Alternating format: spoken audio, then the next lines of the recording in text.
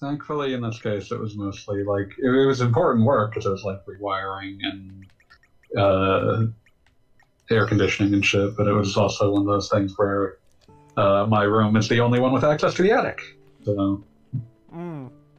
that meant that I basically had to vacate it for the majority of the workday, basically every day. So that was a bit to get used to, and I'm glad that I don't have to be used to it anymore because it's done.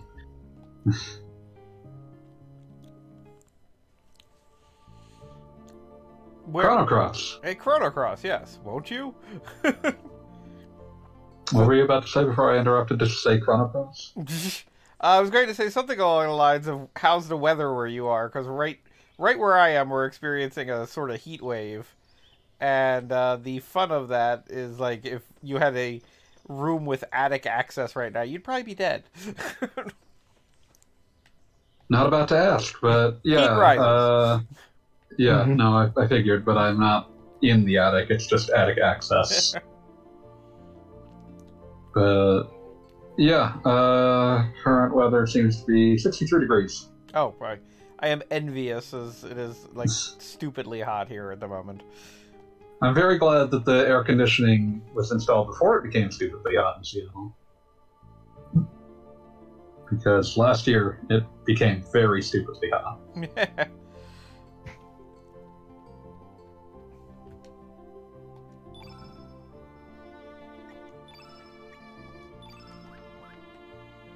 So, I am going to start off this night by getting the Mastermune.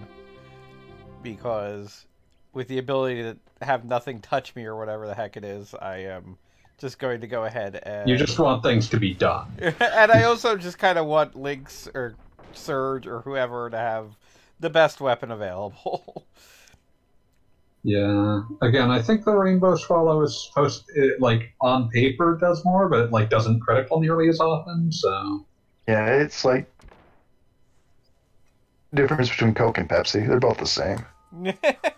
They'll average out fairly Except similarly. one of them I can one get of them right has now. a less... Yeah, and honestly, like, getting the Rainbow Swallow, I remember being just extraordinarily disappointed as a child. Yeah, just you're save your basically rainbow. better off building any other weapon with the rainbow items. That's what I was going to say. Because they're a pain in the ass to get, as I recall. I don't remember how you get them, but I remember them being a pain in the ass. Let's see. The shards are kind of a random drop. And then you got to get the elemental material. Ugh. Yeah. And you can only get that if you kill monsters with summons.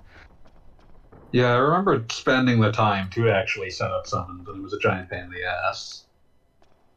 Yeah, it is definitely one of those things wherein you kind of want to grind them on like the simplest things around, but unfortunately they're dead before you can actually set it up. Yeah, you'd have to use stuff like Turn Black or Turn Red or all those to sort of force through elements that don't actually do very much. But yeah, that almost feels like at some point they realize, oh, the fucking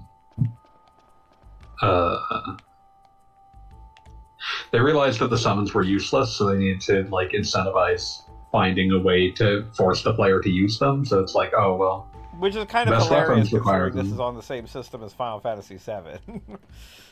I was going to say Final Fantasy VIII. Oh, so That's the one I associate.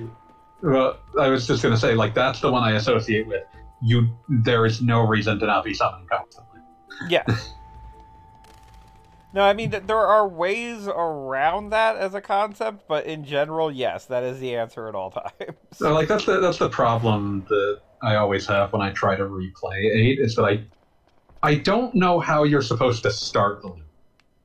Because, like, there is a clear self-sustaining loop that you're supposed to have where it's like, you don't constantly use the Guardian Forces because, you know, they take forever and honestly aren't that fun to watch the 60th time. But I'm going to say you just usually keep everybody down to about 25-30% health, so they're in yellow, and then just limit break all the time. I was going to say, And limit breaks, break. Dude, the fact that that's they an tied option. blue magic to that is just the saddest thing. oh, they kept doing that. Like, they were terrified of blue magic ever being as strong as it was in FF5 again. But uh, like what I was gonna say was that like, oh boy, a letter. If you want it back, come to the Isle of the Damned. I forgot Karsh actually has things he has to say at this point. Yeah, see, for whatever reason, winds That's up being probably part of why I kept him in my party, is like, he was one of the rare people who would occasionally say things. And it's also kind of funny because he's one of the 4, like, Arcacia Power Rangers, but he's the only one that gets any sort of fill-in. But, yeah, so, like, the issue I end up having when I try to replay FF8 is, like, I don't want to do the Guardian Force shit, and I'm not... So, like, I try to do, like, I'll just, get all the junction... Like, I'll just use magic to, like, fill in the hole. And then the issue is that, like, there's just not a good way to get magic if you aren't just going to play a shit ton of cards. Yes. That's the thing, is you're just stuck grinding if you don't, like, do the exact thing. Because, like, the drawing is clearly supposed to be so tedious you would never do it. Which did not deter me as a child, because, like, it was the most obvious way to get magic. And then... you just turn off counters on the world map with that one special ability, and then you go to the islands between heaven and hell. They're on the edge of the map. Yeah, that's like endgame. Well, not even endgame, but... Yeah. And, like, yeah, getting encounter now, like, it didn't make sense. Like, I don't remember where or if the game actually tells you that enemies level along with you. So, I don't think it does, no. Yeah, I didn't think it did. I remember seeing, like, looking at the guide and it showing, like, ranges of levels, but it didn't... I must have missed the section where it explained why it was giving ranges of levels for enemies. Oops. But yeah, like, it's one of those things, like, every time I try to replay it, it's just like, I don't want to deal with all these fights, but I also don't want to deal with all this grinding or playing goddamn cards, so... I just never end up getting anywhere. Alright, those two.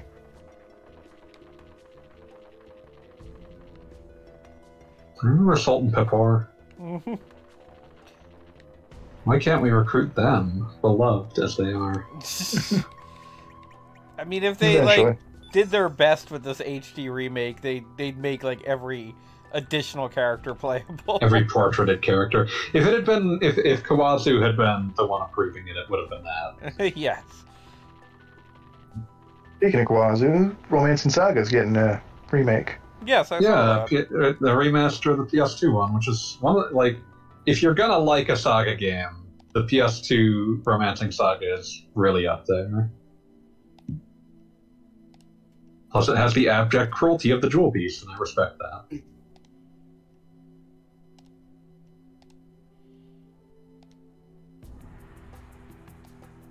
Don't shake ignorance. What? I love how he's just annoyed by their existence. No, I don't know I don't why. blame him. They're constantly referencing the concept that their names are referencing salt and pepper shakers. I'd be furious. I like that for some reason, like, some of the kids get a child portrait, but not all of them. Yeah, sometimes you... Also, someone decided that, like, fucking Dario needed a portrait. Child Dario, but not Child Rodeo, for whatever reason. I would have rather, like, I don't understand. These churros. Viper churros. Churros. That does sound good, doesn't it?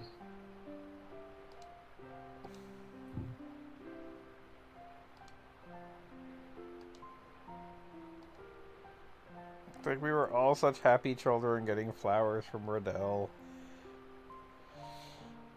Remember this character you couldn't recruit? If you weren't a huge asshole? And instead you got Korcha? Yeah, Karsh actually, his child portrait is kind of like almost looks like a different character. Yeah, it hasn't shown up. Okay, yeah, there it is. Also, I guess his hair has just whitened over time. Yeah, that's kind of what I was thinking. Like, this is much closer to the purplishness I remember from the original. They redid the HD remake, but not the child version.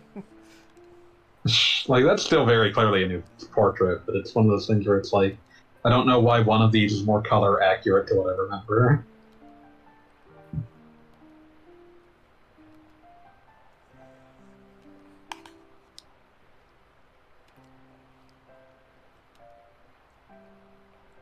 I like the idea that maybe Karsh doesn't understand what marriage is. Is that something for my axe? Yeah, he just knows axes.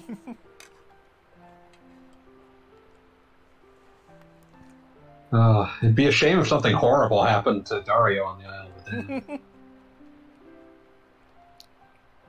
At first I thought he was going to say that he wanted to have the wedding on the Isle of the Damned. That would just be amazing. The sunset looks so great under the pile of skulls. He's doing it for the memes, people. Yeah. Okay. Who would get married at the Isle of the Damned?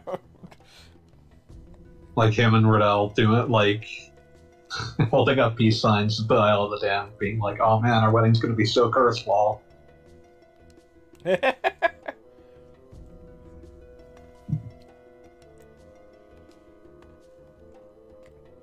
I mean, you gotta figure the whole island here, not just the Isle of the Damned, but the whole isle, like, probably a pretty nice, like, honeymoon destination. It's all tropical and fish and stuff. Yeah, I would probably. Yeah, that's kind of the whole El Nido area. Is that the collective term for this? I just remember the El Nido Triangle right now. Yeah, no, I think El Nido works. El Nido Archipelago or something. Archipelago. Whatever, man. Arpeggio.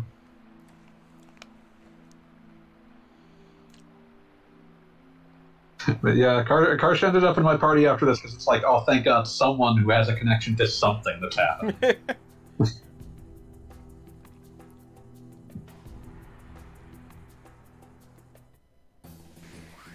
It's just, and again, I like that Karsh gets his own little, like, optional boss. He's just so annoyed by it.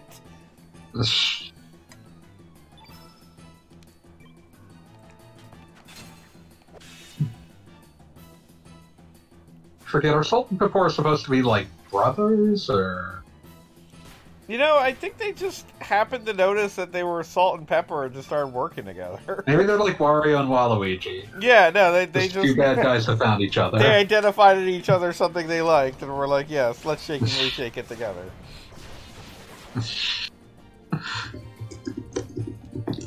Nice when they find their way like that. I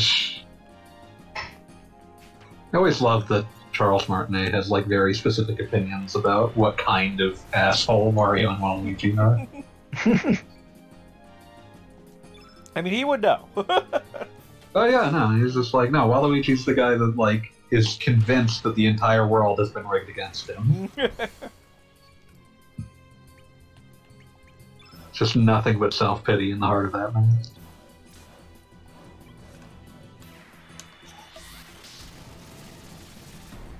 The great thing about the fact that the sound is off is that I miss all of the good music, but it also means that I completely missed the battle theme. So my brain has, for inexplicable reasons, replaced it entirely with the FF7 boss theme.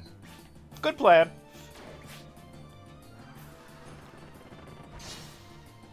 Salt and Pepper get a double tech.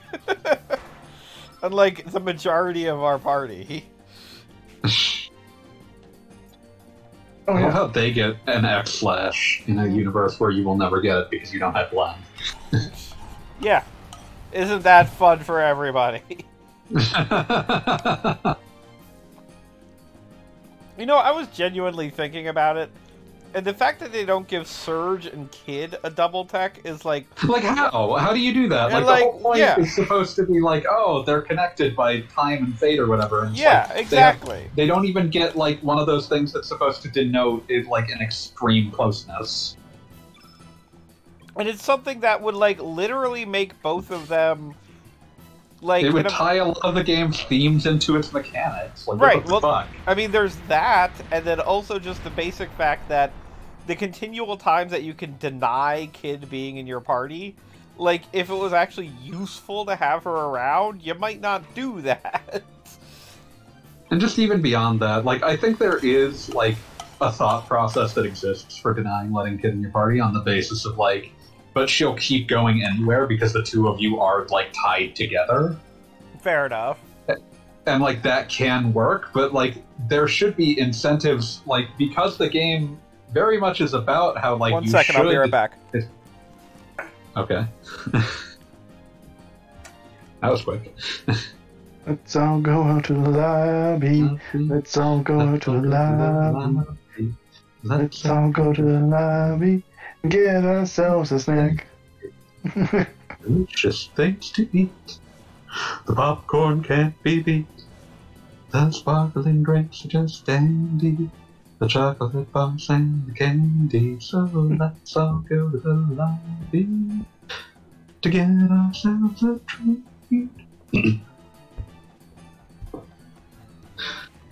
And we're back. I'll have to be brain poisoned by ads made decades before I was born.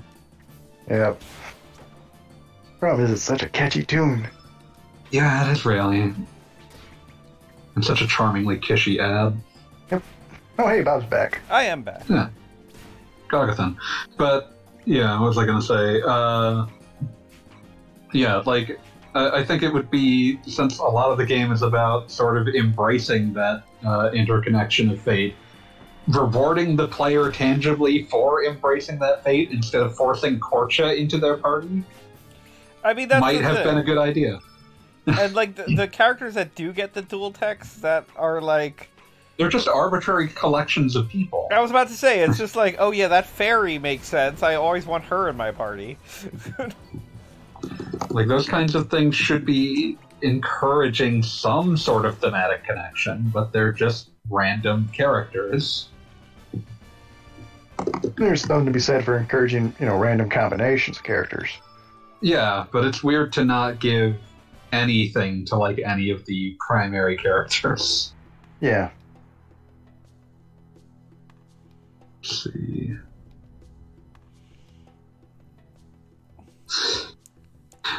So, see, also, like, one of the triple texts. Serge and Lena, yeah, that makes perfect sense. Why is Rasley here? Right.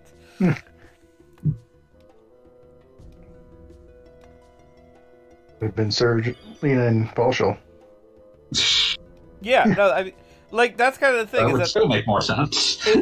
And also, you can get so many of the Dragoons and, like, the guys from...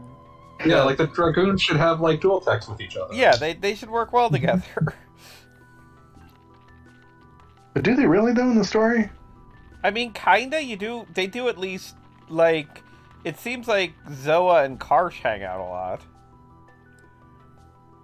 But don't worry, there is, however, a dual tech between Norris and Grobik. Yes. I mean, obviously, the pirate and the robot, like, they're just peanut butter Norris and isn't jelly. even a pirate! Oh, excuse me. No, I was thinking of, Fargo. Yes, Fargo, excuse me. Okay, well, that makes a certain amount of sense, because they're both from Poor. I guess. From different everythings, but okay. Yeah, well, I mean, of course they're from different dimensions. There's like a couple of these that make sense. So like you'll get Flamenco, which is Nikki and Mickey, or Dragon Spike, which is actually the Acacia Dragoons. It's Karsh and Zoa. Okay, that makes sense. And I will give respect to, like, apparently Old Man Fight, because Radius and Viper have one together as well. But then, like, just a bunch of them are just like, here's whoever. Like, Guile and Sneff, I guess because they're both magicians. Obviously. That makes sense. Neo, Theo, and Turnip. They're both like, all plants. of these... They're all of both these about nations before God, yes. All of these would make sense if they weren't the only ones in the game. These feel like, a lot of them feel like things that you would put in if you have time after putting in the ones that have, like, important thematic connection the rather ones than that just matter. these two random assholes.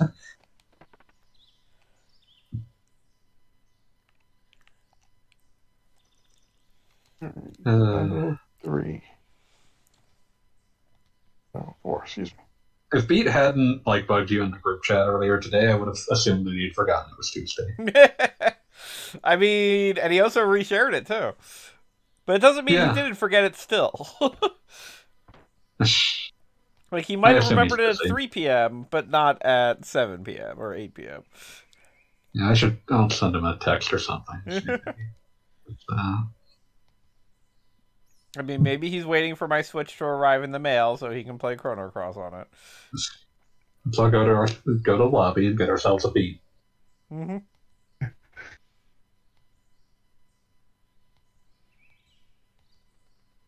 Hey. Hello. How's it going? Good day, and welcome.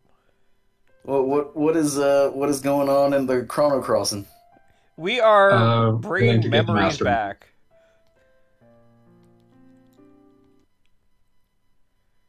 For a second when you logged in, I assumed it was Beat. I was about to be like, oh, I guess I don't need to send that message. But as it turns out...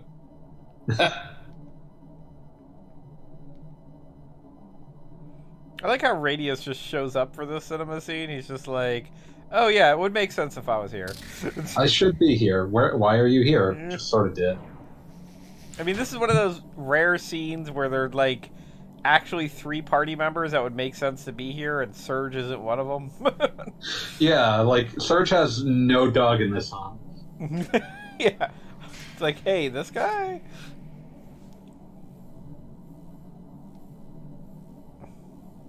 Damn, he totally touched that sword. Ooh. Wait, so Mario touches what he wants. is she his fiance? Is that, I don't remember what Yes, exactly. They were And pledged she- to be married. Although she's the daughter of not Kid Viper, General Viper. yes. I Kid mean, I Viper does presume at sound one like time in a his life boxer, he was though. Kid Viper. He was kid presentable.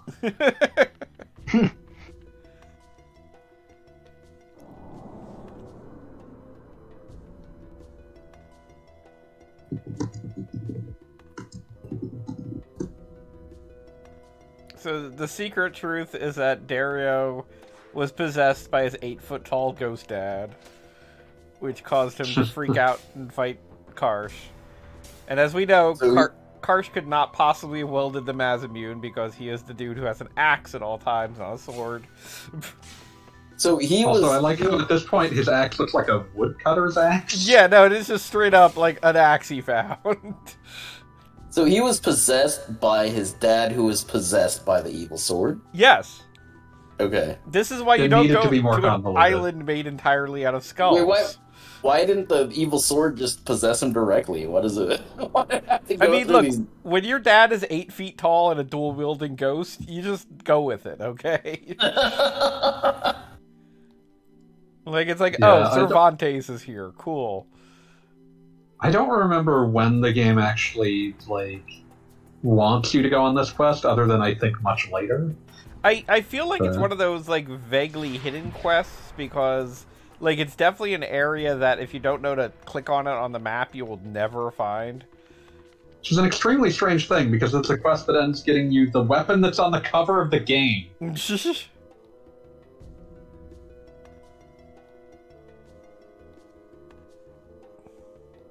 Oh, yeah, clearly only the true Chrono Crosses need apply. Chrono Crossers.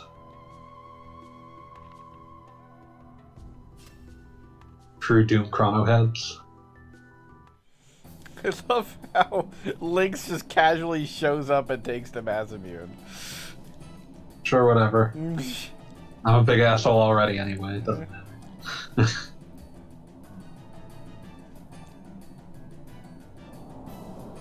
I forget what's the reason the Mastermune had an enmity?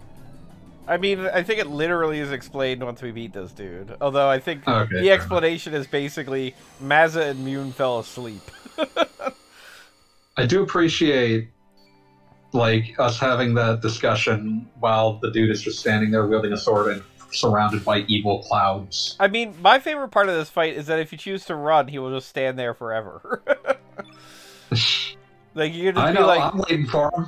he's like just He'll be back. chill. It's cool. I mean, like he's on an island, and I guess ghosts can't swim, so you don't really have to worry. I think ghosts are like dogs, and they just sort of do things arbitrarily. Wholly accurate. What was the trick to fighting this one? The trick is that he's like super powerful. You just deal with it. It was like a trick was like if you use elements, he counters like really hard or something like that. I think Yeah, it might but be if you hit his weakness. Or yeah, you hit his weakness. I think it was. Is someone just joined? Goggle Bomb stream. Yeah, go up streaming Chrono Cross. Let's see here. Twitch.tv. Goggle Bob Bob Log. Goggle Bomb blog. Oh, there you go. Yeah, if you hit him with the exact opposite, he counters with like Cure All. Oh, that sucks. But I think you can hit him with any element but black, and you're fine. It sure is great that the principal character is Black Element, Yep. and half the party members in this game seem to be Black Element. It's actually very common. Wait, Well, can you only fight him as Lynx? Like you cannot fight him with your Surge body? No, you think definitely you can fight him with can. Surge. And I think that's the It's intent. just- Yeah. Yeah, because by then you'd gotten stronger and be able to do this a lot easier. Meanwhile, this is just going to take forever because Gogglebob is doing it that way. Okay, yeah, so every counter he does is the opposite element, but the opposite element of black is like his big heal, so that's a big pain in the ass. Yeah. Oh, and Dario actually Counter. is black element, so if I hit him with white element, that's theoretically his weakness. Yeah. Do we have a... We got Meteor Shower here, let's see how that goes. Probably cast like Death or something. Super Death. Death All. Conductor Rod. Oh, yeah, that move. His own double tech. By himself. Impressive work. What was that called in Chrono Trigger? I believe it was like... Oh, yeah, it's the frog and Yeah, Chrono where Frog and Chrono working together. Yeah, let me check what those are. I accidentally put double decks. Okay. Double decks.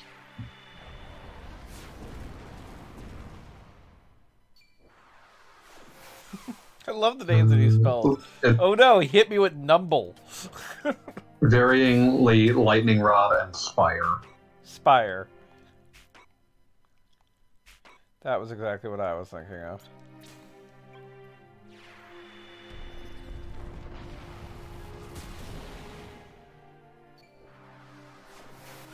Gotta watch out for that Numble. There are only 6 party members in Chrono Trigger, and there are dozens of double decks. Yep. What could be the connection? Everyone has 3 with everyone else. Yeah, well, I mean, Chrono Trigger, they obviously sat down and said, well, what would a robot and a frog have in common? What wild thing can these 2 characters do together based on how they are designed and interact? And they well, would... Frog and Ilya should obviously make out. Yes. Slurp Listen, kiss. sometimes you need slurp kiss. Look, this is actually It sounds like a really unpleasant game. kiss, but okay. And then Marley and Isla are like, yes, we will steal from you with our charms. Wait, Slurpcast. You know, every you can use multiple slurps on every ape. God damn Don't it! forget this. Yeah. To 3 monkeys. Wait a minute. Some wild motherfucker screaming about, like, exploiting Papa Smurf as an NFT. Could you imagine owning Papa Smurf? That's Seth Green. Oh Jesus, is that who that was? I just saw the words and was like, what the fuck are you talking about? Yeah, Jesus Lord. because somebody stole his apes. Someone stole my Papa Smurf. The Papa Smurf of the future. I mean, it was Beat who was posting about how all the IPs in the future will just be owned by random hackers who, like, you know, they hacked the right thing and now they've got Mickey Mouse. I do appreciate that, like, the like perfect avatar of the kind of person who's very much into crypto and NFTs really is just like anytime like someone posts a picture of Master Shake after one of them goes nuts. You've got 3 Slurps. The perfect avatar of being that stupid and greedy. Someone once described something as quote, like a planned Master Shake would have. And I can't imagine a better way to insult someone's terrible idea. Also, I'm trying to imagine like me stealing some IP as an NFT and like how absolutely cursed, like the most cursed possible thing I could have. So I just thought, oh yeah, no, I know what I'd do. I'd accidentally get the black chick from Josie and the Pussycats, and I would be immediately destroyed online for quote unquote owning a a fictional black woman. Oh God! Like I mean, Tumblr suicide bombers, straight up, social justice, social justice fedayeen on my front lawn, setting themselves ablaze. I couldn't even sell it. What would I do? I do want to drag back to the Papa Smurf thing, though, just for a moment. I do want to bring up that nothing could make you sound like of such a specific time and place where you're like thinking of iconic cartoon characters and you're like, fuck, Papa Smurf. Like, imagine if they stole Papa Smurf and no one born in the last 50 years has any idea why you would care. I mean, there was a Katy exactly. Perry Smurf movie, right? I don't think any child is terribly like, oh man, those were the best times of my childhood in any meaningful degree. I mean, literally the only person I've ever seen like meaningfully talk about the Smurfs with anything approaching like appreciation, aside from someone who's extremely Belgian. Yeah. I thought Oh those my were God. the Moomins. Yeah, those are movements. Yeah, they no. You see, if you are actually from the Low Countries, you don't give a shit about the Smurfs. You're into Donald Duck. It's true. The Smurfs This are is just the thing you 100% had because accurate. that was what was local. Yeah, no, exactly. Smurfs are like the fucking CBC. It's like the Hanna-Barbera shit that Warner Brothers is constantly trying to psyop us into caring about. That's it. It was that was a NATO psyop to get kids to like care about like European cartoons or whatever. No, they were. If you're a kid from the Low Countries, you grew up on Donald Duck like every other motherfucker. And the You care Smurfs all are just about sort of that there. fucking those fucking like every alter ego Donald Duck has had, and there's like 30 of them. Yeah, exactly. You're in there. You're like, hey, remember when Donald Duck was like a fucking spy? Remember when Donald Duck was a Lothario? Remember when Donald Duck moved to Rio de Janeiro and hung out with Jose Carioca? Who has his own line of comics in Brazil? Oh, Yeah. huge, man. Everyone Yeah, no. are big in Europe. by the Jose way. Carioca, man. Oh yeah, 100%. Oh, dude. That's why like Ubisoft was publishing like Donald Duck superhero games in 2002. No, man. When the Three Caballeros came back in Disney World, I was unabashedly fired up for it. It's fun. It's fun to see. I was also incredibly lit in $27 margaritas, but I mean, oh yeah, that's the correct place to see it and the correct mindset to be in. they had this like dragon fruit margarita that was really good, but they don't warn you that the salt around the rim was like a habanero salt. What an experience! What a surprise experience! But the important thing here is that Panchito Pistoles was back in Disney World where he belongs. Keep thinking about the fucking like Space Twins tweet where he's just complaining that the reason that there aren't more duck furries is because the ability to draw a duckbill is just an arbitrarily assigned skill from God. You're not wrong. No, man. It's not even like there's one good duck artist per generation. There's like one good duck artist per like half century. Yeah, and like that person has to be a duck artist for the rest of their fucking life. Yeah, it's like there was Don Rosa literally drew ducks until he went blind. Yeah. Like, I'm laughing, but I don't want to be He cannot see the laughing. world anymore, but in his world there is still an unending parade of cartoon ducks. It is his gift. It is his curse. And then, like, who is there to pick up the Yeah, like who is the next generation's good duck artist? Oof. I don't. You know what? He's probably European. He's probably making some definitely. bomb ass duck comics as we speak, and we'll never know about it. Like In their Duck. time, they will be known, but not yet. Yeah, we're gonna be like in our fucking 70s, and then we're looking back and be like, oh yeah, like The third good duck artist. Borgson, the third good duck artist. Hey, Pete. We can't hear Pete, but he Can't hear Pete. He knows we're talking about ducks. He knows we're talking about ducks. Hey, what I miss? Aside from an hour and a half. Or Is it that 45 late? minutes. I don't think so. No, it's only been like 30 minutes, dude. Like, how long have I been fighting this guy? I mean, that's been an eternity. Just For the record, Gogglebob is attempting to get the weapon that's on the cover of the game that is a part of a hidden quest. Okay. I feel like if you're gonna put it on the cover of the game, you shouldn't hide it too well. But what do I know? Shit just happens. Man, It is. if I'm ever the king of the world, if I put a hidden weapon in a game, it's gonna be the fucking gun from not the fucking Space Harrier we were talking about earlier today. Oh, yeah. The hardest motherfucker. The hardest motherfucker in the world. And it's got to warn you. It's like, are you ready to become the hardest motherfucker in the world?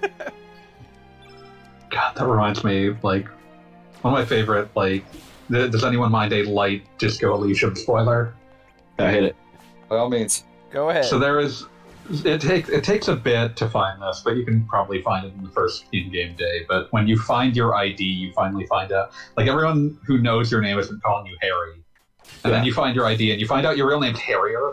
And the first option is to just express consternation at the name Harrier. That's my name? Oh, man. It's like, what kind of name is Harrier? And your partner just patiently explains, it's very solid sounding. It's a name that was very common during the Revolution. So good. The big communism builder. The big communism builder. Not percent of communism has been built. You're beginning to think that Krasnov fucked you over with his socioeconomic theory.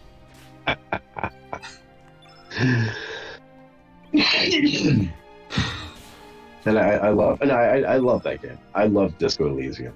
It's beautiful.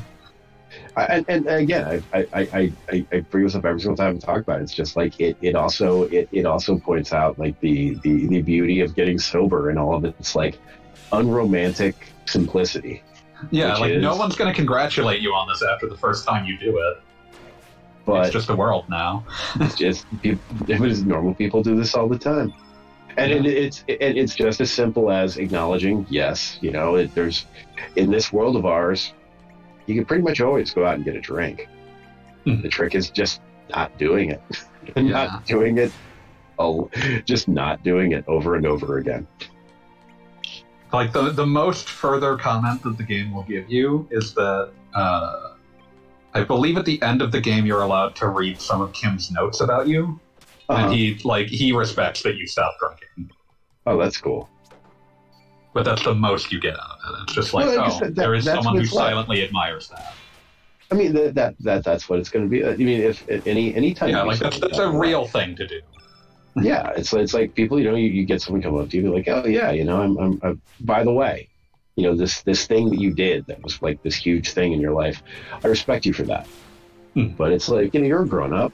You That's the most you're going to get. Like that's just... I'm glad for you, but that's all I'm going to say. I mean, a lot of being a good person is just accepting that a lot of the shit you do is just the right thing to do.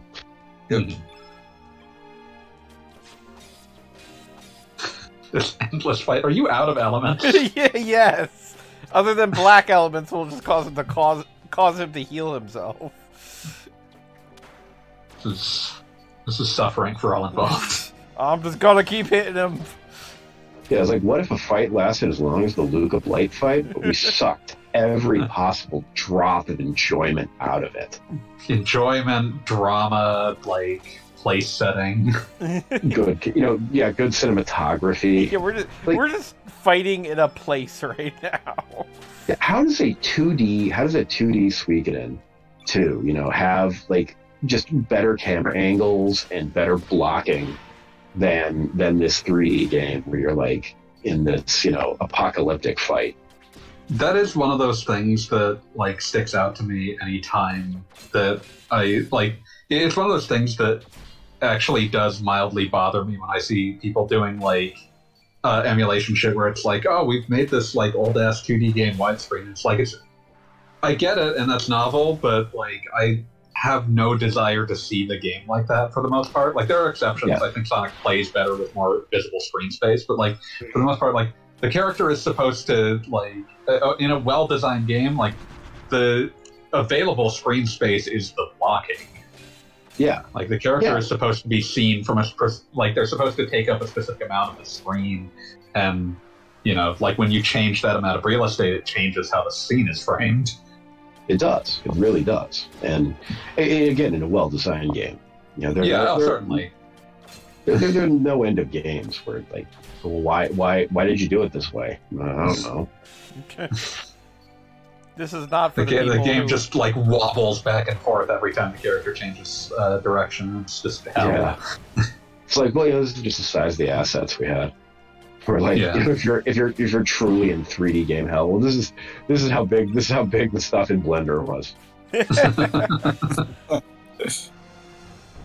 Everything got like a vague like stretching to like numerical stretching to make it fit in right.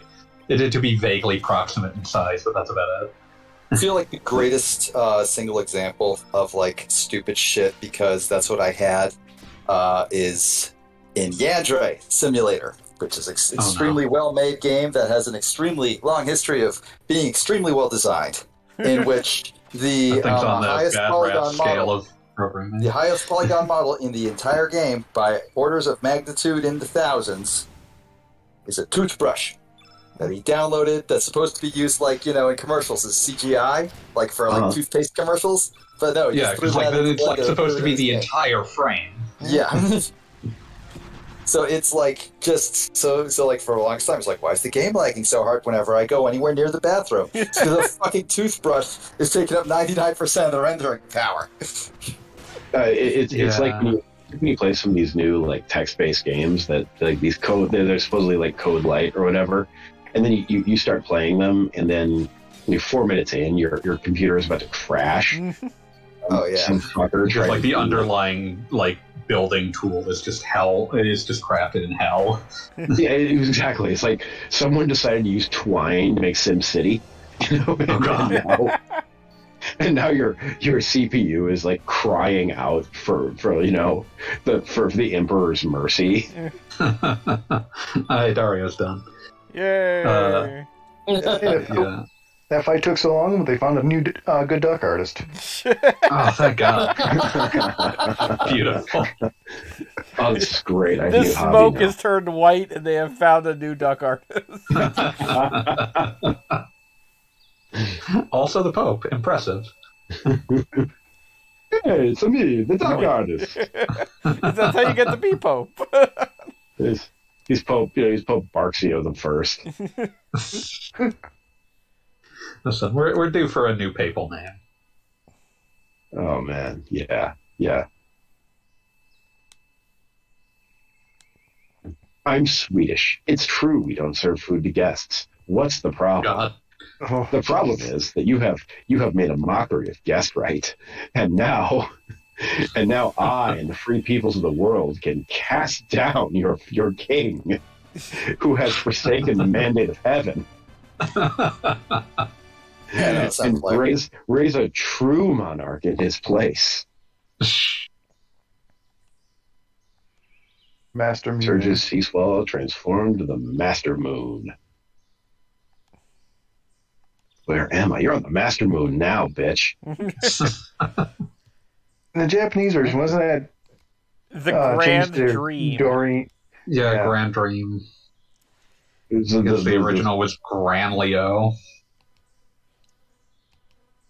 And it was They wanna technically rep- made out of dreamstone, so it kind of made more sense. Still didn't make a lot of sense. I've been prepared for this day. I'm gonna go in. Peace out. It's like she goes in, you immediately hear. So you immediately hear like start up a Hitachi magic wand. It's like, finally, Christ. you know how long it's been since I've been alone in here? Fucking walls start rattling.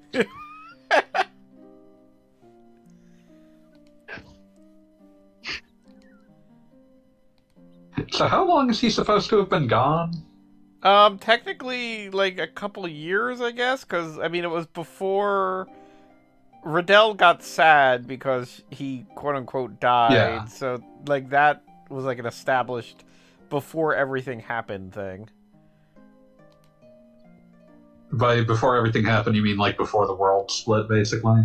I mean, they make a point that Lynx was there, so it wasn't before the world split. Yeah, it couldn't have been before the world split. Huh. Yeah, no, I mean, Karsh and Riddell are definitely, like, adults, or as adults as they are. It's just, like, probably a year or two or something. I thought it was like 5 years or something. I guess the same thing just happened in both places, in both worlds anyway. Well, vaguely, because they make the point that he did straight up die in the other world. It's true. The other world, it hates you. And they also kind of make a point that Dario might join you. 4 years. They distinctly say 4 years. Okay, So 4 there you years. Yeah. The four divas are back in business.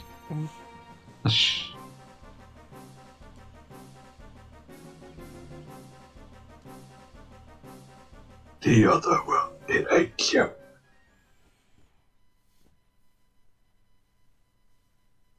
I won't be joining you. I shan't be joining you. So now we officially have our full group. Or whatever. Let's Fulgor? equip the Mastermune, which is just... Beloved Killer Instinct character, Fulgor? We all love Fulgor. Everyone loves Fulgor. I don't Oh my remember God. which one that is. I remember Fulgor is the robot. We all know that. Okay, sure. Yeah, Fulgor is the robot. No, man. Okay, Killer Instinct has three incredible things. One, it has Fulgor the robot. Two, it has Saberwolf, the cybernetic werewolf. And three, it Straight has... from an old Spectrum game. Really? Yes. Yeah. Saberwolf is an old Ultimate Play the Game era character from Rareware, yeah. Wow, that's awesome. Fuck, what was I gonna say? Spinal the Sorry. Skeleton. No, the third good thing about Killer Instinct is Killer Cuts. I was going to say it has to be Killer Cups. Oh shit, yeah. But literally driving down the road yesterday, like going to pick something up, just going to pick up dinner, and I like fucking hit random on my Spotify liked songs and started playing K.I. Feeling. Hell yeah.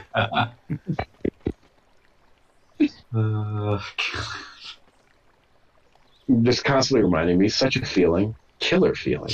Ooh, baby. I do respect the name TJ Combo.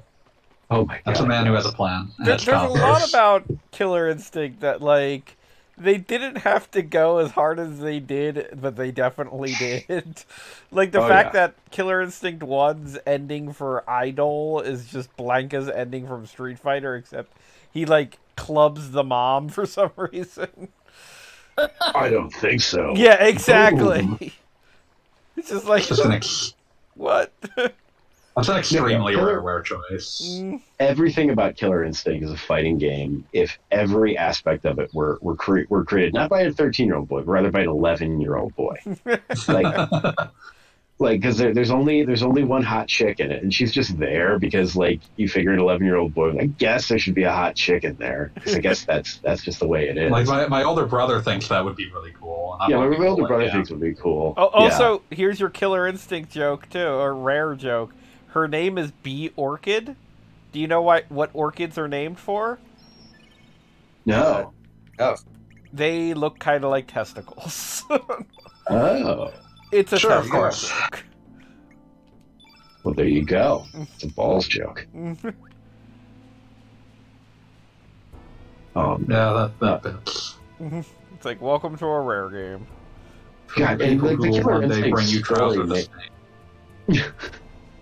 Like, when you look at the Killer Instinct cast too, it just makes no goddamn sense. Just you've whoever.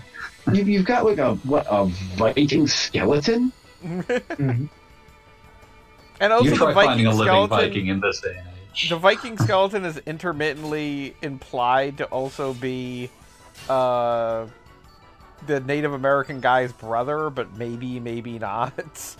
What? In Killer Instinct 1, there's implications. Millions of questions, not a single good answer. Yeah. Wait, who's the Indian in Killer Instinct 1? Like Thunder? Chief Thunder. Chief Thunder. Chief Thunder. Oh yeah. shit, Chief Thunder. You see, I was always so mad because Chief Thunder was like just sucked.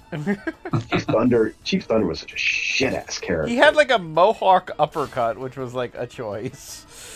Yeah, he had a mohawk uppercut. He was just Did Chief Thunder predate T-Hawk?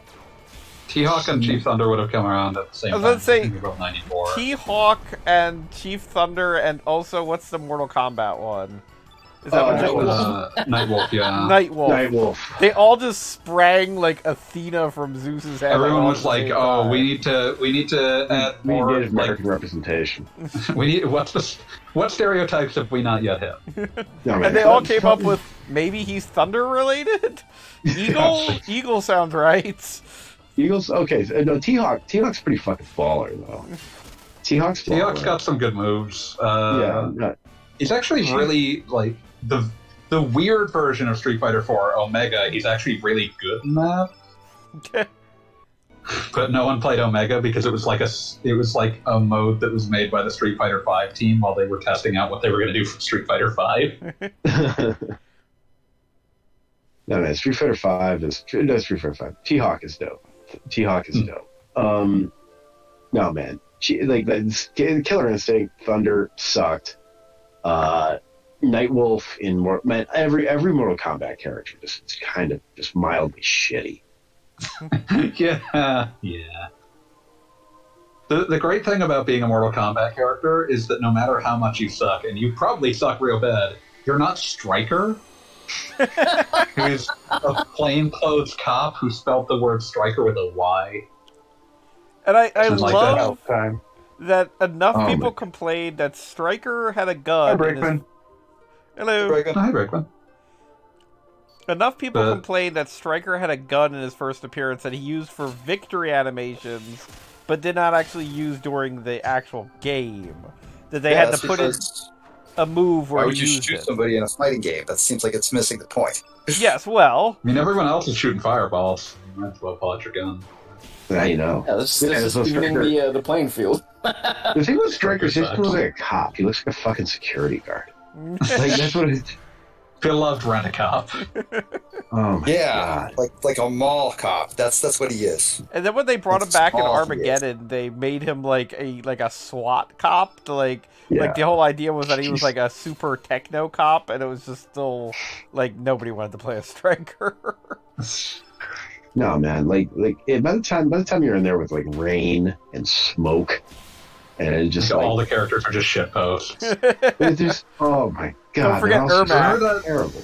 But, like, when you get into the 3D ones that, like, no one remembers half the new characters they introduced because they're all fuckers like Bo Raicho, who's just like, oh, it's a drunk guy and he throws up a lot, and we've, like, And he's vaguely East Asianized a name that, like, is just Baracho.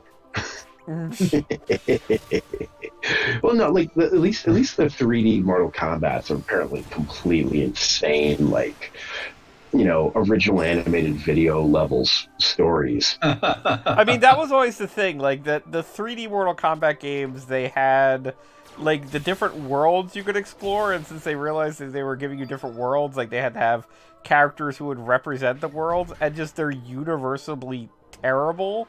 Like, there's the one guy, I'm trying to think of his name, it's like Dario or something, but he is just easily the most forgettable existence, like, ever. Like, his family got killed and he's sad about it, and just like, okay. My favorite thing about, like, the 3D Mortal Kombat is that they were like Mortal Kombat at, like, a crisis of what on earth to do with itself, because they are fighting games that are desperate to do anything to distract you from the fact that they're fighting games. Oh yeah, they had a kart racer in there?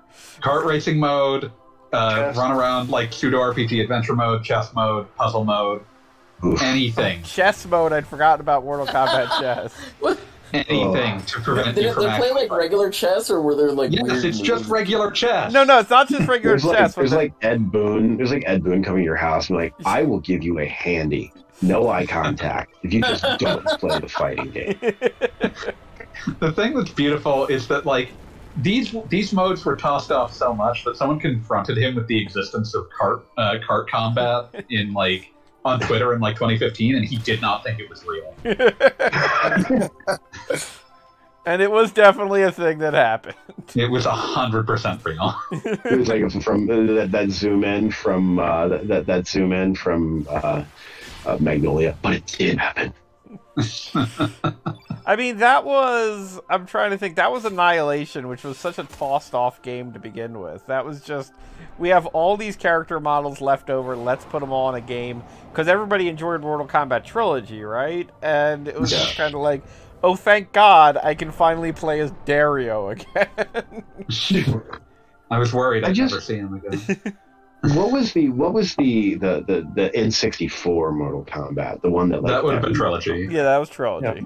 That was Trilogy. Okay. Or Mortal Kombat 4 if you're nasty.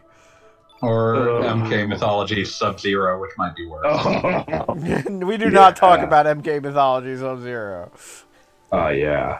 A game whose reputation was so poisonous it caused them to change the name of Mortal Kombat Mythology's Jax, and then to become even more ashamed of that game. That was a game that was supposed to be 2 players, and then when they decided it wouldn't be, Sonya as a character just decided to not show up at all. I mean, Wait. Mortal Kombat Mythology's Jax. Yeah, that was what they were going to call Special Forces at one point. Yeah, then it just became Special Forces, which is equally dumb. God. Oh my fucking god.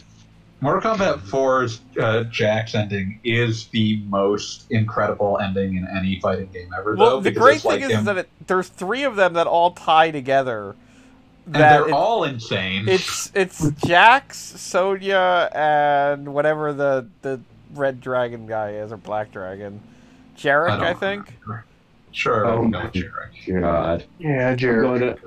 I'm going to. Wait. What did MK4? MK4 was.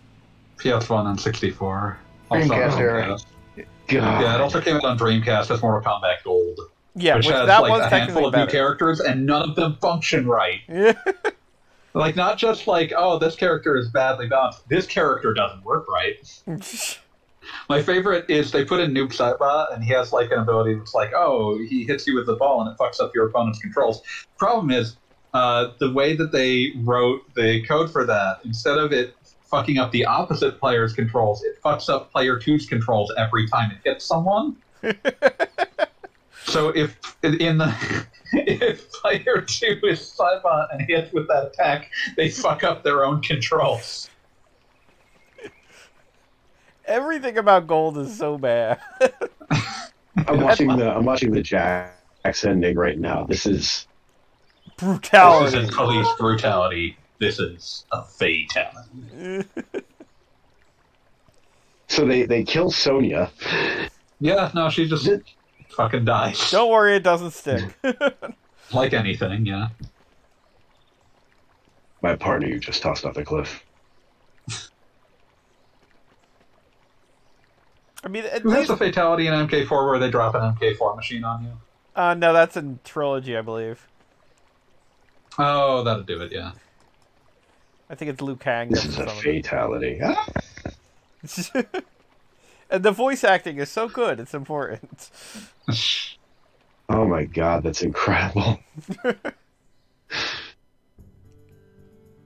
Alright. Mortal Kombat is like some sort of mass hallucinatory event because it's one of those situations where, like, you would meet the one kid who is like, no, this is better than the other fighting games. It's like, what the fuck is wrong with you, sir? What the fuck is wrong with you, man? Well, no, because like even then, like even in the dire days of like even when you thought the aesthetics on owned PlayStation, like even when you thought the aesthetics owned, it was still not rare for people to just like, oh, I just think it's cool. It's not, it's not as good as Street Fighter, but I just think it's cool. And it's like that was something I could understand, but there was like the handful of people that were like, nah, it's better. Yeah, there's just something magical about the block button. God. And don't forget, they then eventually introduced the run button. I love how fucking cursed the Mortal Kombat button layout was because of how they kept adding these buttons at random. So, like, you get the classic style layout, and it's like the 4 buttons, and then the block button in the middle, and then arbitrarily right next to the joystick is the run button. You know why though? You know why it was beautiful? Because Mortal Kombat walked so that war gods could run. What a fucking game! I love Bitch, I'm hitting the 3D button now. Boom. There are like a dozen N64 fighting games, and at least 3/4 of them are in the conversation for worst fighting game ever. Oh my god! You get your Clay Fighter 63 1/3. You get Gasp Fighters Next Stream. You get Flying Dragon, like just Fighters History. Mace. There's no Fighters History. There's what? Mace. The Dark Age. Oh yeah, Mace the Dark Age. Biofreaks. Biofreaks. I played that in the arcade recently. That was a dark period for fighting games. It was like because like they were like careening down in popularity, and no one was sure how to reverse that tailspin. Yeah. Well, I mean, it never occurred to them that, the reason that they were careening downward in popularity was that it's really fucking hard to make a good fighting game. And, the people who were really good at making fighting games had locked themselves into like a, they had gone insane. They had gone completely insane. And they had forced themselves to like perfect Street Fighter 3. Like SF3 launched, and like that first version, like no one played it because it was 1996, and you'd never seen an arcade that had a CPS3 cab. But that first Street Fighter 3 has like there's nothing more to say for it than Ibuki has a normal that is an infinite juggle into itself. Yeah. Just what happened? But it's just such a bizarre. It was such a bizarre like break with the past. Well, because remember they also had Street Fighter Alpha going on almost. Yeah, and like when you know Capcom's internal structure, Alpha and 3 make a lot more sense because Alpha is like their CPS2 game for people that aren't like upgrading their arcade cabs to do CPS3 games because CPS3 cabs are expensive. And so it's like, oh well, you can run Alpha on these old CPS2 machines with the upgrade cost is minimal, and then like no one ever gets CPS3 machines. So like for years, I'm convinced people thought Street Fighter 3 took longer than it did just because like no one fucking saw it anywhere, even though it came out like in the town where I grew up. In the town where I grew up, there were there were two major arcades, all right? Mhm. And like only one of the two got CPS machines. And they went all in. They had Street Fighter, they had like Street Fighter Second Impact, they had JoJo's Bizarre Adventure, they had JoJo's Venture. Oh man. Damn. They went all in. They had the Aliens versus Predator cab. Oh, And that they had game it fucking rigged. owns. They had it rigged on the big screen. Oh my god. So it was like you could do 4-player Aliens versus Predator, and so whoever owned that thing was just I am fully like convinced that like Capcom was buying him Coke or something because dude they had the fucking hookup. But the other big arcade in town, and this took me years to figure it out, because the other arcade was where all the Tejano kids played, and they were just like SNK Central. Yeah, Like, you walk in there, it was just Calling Neo your Geo audience. machines as far as the eye could see. And I always wondered why this was, because there weren't any fucking Neo Geo at the other place. It was like, what's up here? But no, yeah, all the Mexican kids are playing it. You know, are playing here. Yeah, they're going to play King of Fighters and Sam Show. You know, not going to play fucking Aliens versus Predator. Yeah, like SF3 is fascinating to me because like fucking Red SF Earth. I'm sorry. That Oh, yeah, the reason good old no one Wars played Art. Red Earth was because like you said, no one would buy CPS3. I was going to say tab. Red Earth would have been amazing if I had been able to play it, but guess what? Yeah. good old Warzard. God, I would have But- played the hell out of that. I remember when freaking Pocket Fighter came out. It's like, oh, Tessa, man, that must Pocket be a Fighter's so much Darkstalkers fun. character. She looks like one, doesn't she? she very she much does. does. Most of the Warzone Oh, shit. characters do. But yeah, like SF3, SF3 and Second Impact are both out between Street Fighter Alpha 2 and 3. Like, those are contemporaneous video games, but, you know, no one's got CPS3 cabs, so, like, no one actually plays it. I And, don't like, blame them, Capcom because seems- CPS2 was still coming out with bangers in the mid to late 90s. Like, Yeah, and like, also, at that point, you're an arcade operator, you know this business is going down, and it does not, like, investing in that is not going to, like, get your money No. back. no, you are fully in cash cow mode. You are gonna just Like, cash out until this business dies. Yeah, that's it. Yeah, that's it. No one like the nasty thing about when something's a cash cow, that means you keep it alive, you milk it until it dies, you eat the meat, you And you sell chop the it you up. sell the leather and the bones, and yeah, but We no were one- deep into, like, chop up the meat point. Yep. But and I mean, if you have CPS cabs, they're coming out with Darkstalkers. They're coming out like with the Darkstalkers. Like, you're sequels. still getting Street Fighter games, you still got Alpha 3. And Marvel vs. Capcom. I mean, No, wait, is Marvel vs. Capcom 1 might still be CPS? yeah, Let me check. that's what I'm talking Two about. was Yeah, Naomi, Marvel right? Capcom. Yeah, two is huge because it's a Naomi. The game, Naomi so they port, just yeah. kill it. No, I'm talking about Marvel vs. Capcom Yeah. 1. I'm talking about Marvel Street Fighter, X-Men Street Fighter. Yeah, like all those versus games that already also have the cachet of like, oh, there's also this Marvel thing that you know about. Yeah, and I mean those games were incredible. Oh, they're I mean, bangers. Oh, X-Men Street Fighter. I think X-Men vs. Street Fighter is just. It's too bad that it's considered an also ran. I think the game is fucking perfect. It's definitely the one that like is considered like the most like you can actually play this like a normal fighting game. Yeah. But, Yeah, because by the time you hit Marvel Capcom 2, I mean, you remember like in the early 2000s when the, even every year they like the Evo guys would go over to Japan. and it's always like some combination of like fucking Magneto, Sentinel, Cable, and Storm. yeah, Storm. and Marvel vs. Capcom, the only game where the Americans would routinely beat the Japanese. Mhm.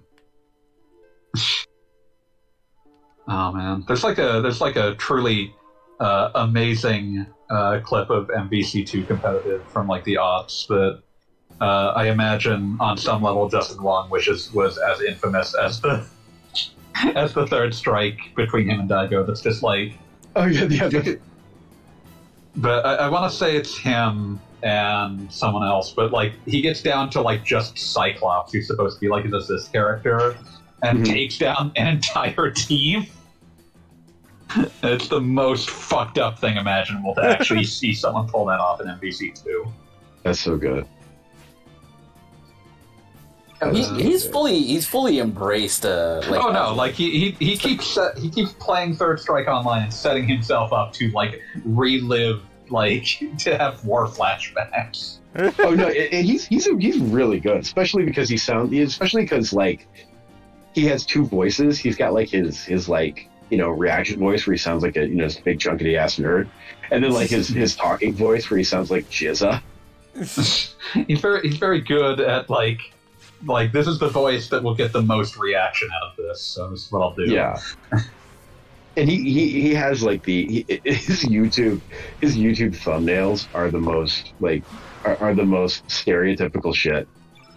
It's so good. I don't know. Yeah, he's just embraced it, and I respect it. Yeah. Hey man, he knows where the money's made. Yeah. Get that paper. There's also that one time like he was trash talking a 9-year-old in Mortal Kombat. Oh yeah, that. What? That's hilarious. Like, so Oh, he was streaming and he was playing Mortal Kombat. I forget if it was 9 or 10 or whatever online. Yeah, I think it was 10. It was X. Yeah. And like, and basically, yeah, like he was doing the same move over and over because it was working. And this this 9-year-old kid was getting all pissed, and he was just like, "You gonna learn today, kid? You're gonna learn."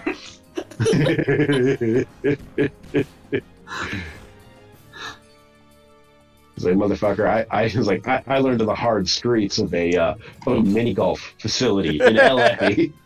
I learned this horrible that was the horror of like actually playing a fighting game in the arcade where it's like I couldn't figure out this move and now I have less money. Yeah. Now I have less money and now I have to wait at the end of this line to go up and get my shit pushed in again. Dude, I swear, by the way, this is why Mortal Kombat became, like, profitable, because you would plug quarters in there just to have a chance to maybe pull off, like, Sub-Zero's one fatality, which had some ridiculous inputs. Oh, yeah. And never mind, I put the clip of Just One versus an 8-year-old into yes. general for the record. Thank you. No, that's it. Yeah, you just go and you want to do like the fatality, and you cannot do it. And even beyond that, there was like the babe-alities and stuff. It's like, no, I totally did this without using a kick the entire time. But yeah, I think secret, like perhaps the best part of this clip is him realizing it's a child. He's like, we gotta talk her, and then like he hears the voice, he's like, oh shit, oh fuck. Oh shit! Oh fuck! I'm thinking about it was Otakon 2002, 2003. No, it was 2003 because they had what is it? KOF 2002 on the big screen. I mean the big screen. Story and a half tall, and at least it seemed that big, right? And it's hilarious because there were two lines, and one line had, I shit you not, like 35 people in it, and the other line had one guy in it, which was this like. My brain is now just trying to contemplate a Mortal Kombat just called shit. Okay. What's that? My brain is just contemplating the idea of a Mortal Kombat convention called Shao Kahn. But and there's one dude in there, and then the one guy line is this teenager, high school kid, young black kid in flawless Terry Bogard cosplay. Hell yeah. And he is just crushing motherfuckers effortlessly with the Fatal Fury theme. And so you just have this line of people, dozens deep, just waiting for like half an hour to go up there and get smashed instantly. And of course, it's KOF 2002, so if all you had played was KOF 98, 99, all the inputs are changed. You're in there trying to remember how to walk, and no, Joey Styles, you are not in control of this interview.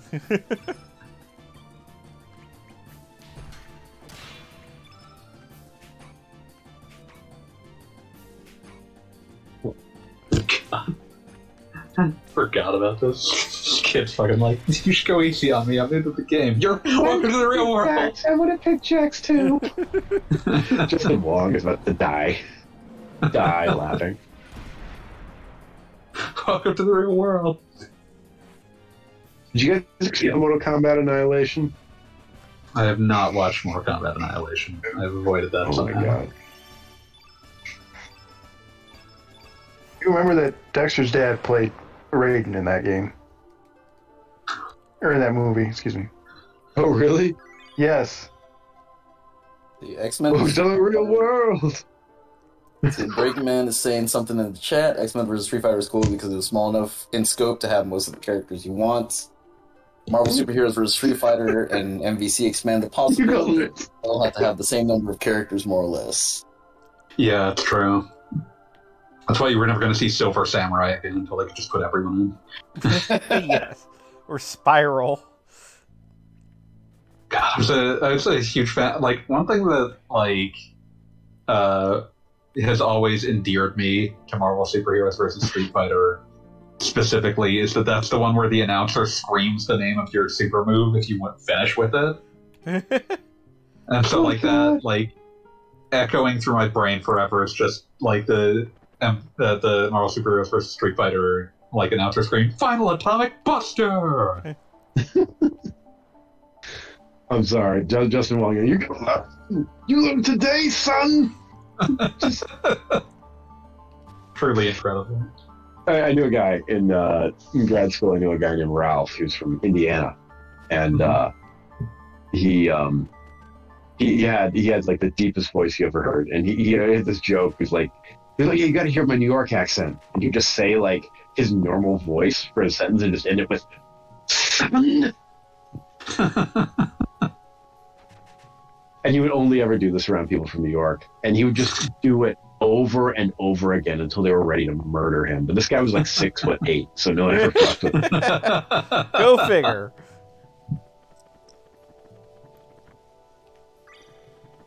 The diametric inverse of "I'm just a little birthday boy." Hello, I'm giant, and you're going to listen to my jokes. God, Justin Wong. All right, guys, I gotta bow out. Okay. Have a good one. Good having you. Be good, guys.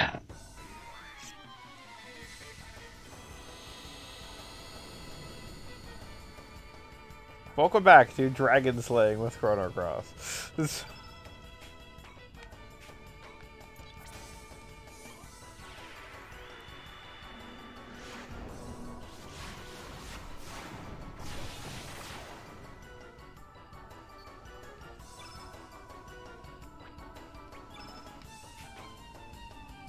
So anyway, Chrono Cross. Dragon. Yep. Dragon. Killing things. These little desert cave areas, I think, are supposed to be evocative of, like, what you've got in Chrono Trigger when you're restoring the desert, but Yeah. it doesn't quite land. Like, it's just, okay, it's kind of neat. There's not really, like, a thematic connection there. It's just a place. Just a place describes so much of this game.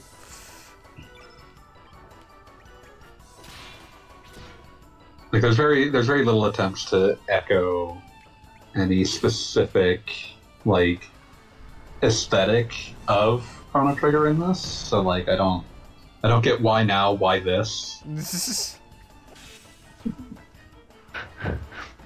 I just seen Karth do 7 points of damage, and then Link's do 130 some points of damage. Jesus. Upgrade your there's a turn. weapons. The power of He's the just master. being like that. He's got cover image weapon power now. It's true. true. Yep.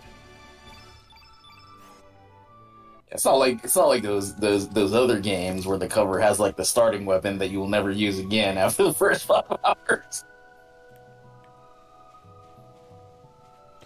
That was one of the reasons I kind of liked how compilation of Final Fantasy VII made the Buster Sword, like, important, because it was definitely, like, they made a big deal about it and all. Because it was like, cool looking. Yeah, it's cool looking, But in Final Fantasy VII, it's like the first thing that almost goes in the garbage as soon as it's possible. That was one of the things I thought was really neat about the remake, is that they sort of tried to make it so that all of Cloud's weapons are just like essentially different build possibilities after a while. Yes. Mm-hmm. And of course, Crisis Cores arguably could be called Buster Sword's Origins. Oh yeah, 100%. I just want you to, like, they create a universe where it's like, I really just want to get the Buster Sword. The Buster Sword is the most important weapon that has ever been created. And like they had like planted the seeds that like it maybe should be something you cared more about, just by virtue of the fact that like if you do go out of your way to go to Gongaga, it's like, oh yeah, no, that was made for Zach. Gongaga. And like the idea that it was a very like a keepsake of Zach, you know, imbues it with some importance. Then they retcon parts of that as well, but whatever. The point is, like, it seems like even in development, they almost regretted that they had immediately had to sideline the thing. Yeah, I mean, that was definitely the point where they were kind of coming up with things to do, but like they were still tied to how a Final Fantasy game works. So obviously, you get, you know, yeah, like your weapons just have to keep up everything. 7 remake system is still really neat. Big fan of that. Need to play that again.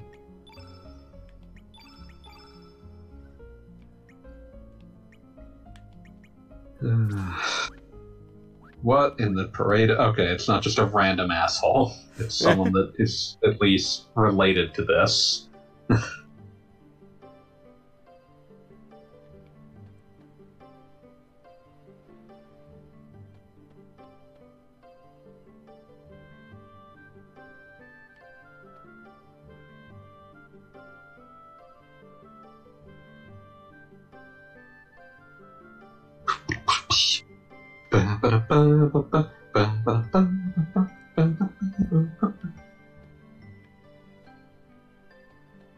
Cockabop. Yes. What's your preferred PS1 game no one gives a shit about anymore? You seem like you have one. I mean, I was weirdly enough actually just admiring the Lunar collection today. People still kind of give a shit about Lunar, though. Kinda, yes. But it's really hard to describe to people nowadays how it was, like, amazing in some level. I'll still go to bat for, like, a lot of Game Art's output as, like, yeah, you can look at it and be like, it's generic now, and it was kind of generic at the time, but it's very well crafted. Yes. Reason why cliches become cliches. When you say preferred PS1 game, do you mean like favorite PS1 game or like? Oh, I don't mean favorite. I mean favorite among games that have essentially no modern constituency. Let's see. Okay, so I don't know. Does wait, modern constituency? There's no major fan base clamoring for it to come back. It's never really been re-released, that sort of thing. Okay, so that probably, let's see, this allows Symphony of the Night and Final Fantasy. Yeah, 100%. So no one's been clamoring for a re-release of Tekken 3, but Tekken as a series is still a thing, so that probably doesn't count either. I'm surprised that people haven't been, because I recall Tekken 3 being the most popular, even, like, people have clamored for Tekken 3. Dark Resurrection. Just the fact that GON is tied to it means they can never re-release it. They've re-released it recently. It was on the PS1 Classic. They just don't care. Is it? I thought it was just Tekken 2. No, the PS1 Classic had Tekken 3. Unfortunately, it was the PAL version, so who gives a shit? Yeah. Well, actually, now that I think about it, it seems like, well, notwithstanding Tekken 1, the odd Tekken games are the most popular, because Tekken 3 yeah, is like popular. 5 was popular, and 7 is popular, but fucking no one likes 4. And 6 was like, kind of forgotten. Yeah, Midland. But yeah. Yeah, it seems like a fair assertion. Like, it seems like the fan favorites are typically the odd-numbered ones. Was it also Star Trek, or was that even numbered? Even for Star Trek. Trek. 246 First Contact. Let's see. And then Nemesis killed that streak. RIP. PS1 games are there. Oh, yeah, that disqualifies Vagrant Story, because everybody wants to re-release it. Yeah, I would say Vagrant Story is like, because like there's no, I would allow Vagrant Story just by virtue of the fact that like the people who like it typically are also the kind of people who are like, and I don't trust them to remake it. I mean, in general, like, if we get kind of on the topic of PlayStation 1 fighting games, here's my weird choice. Battle Arena Toshinden 2.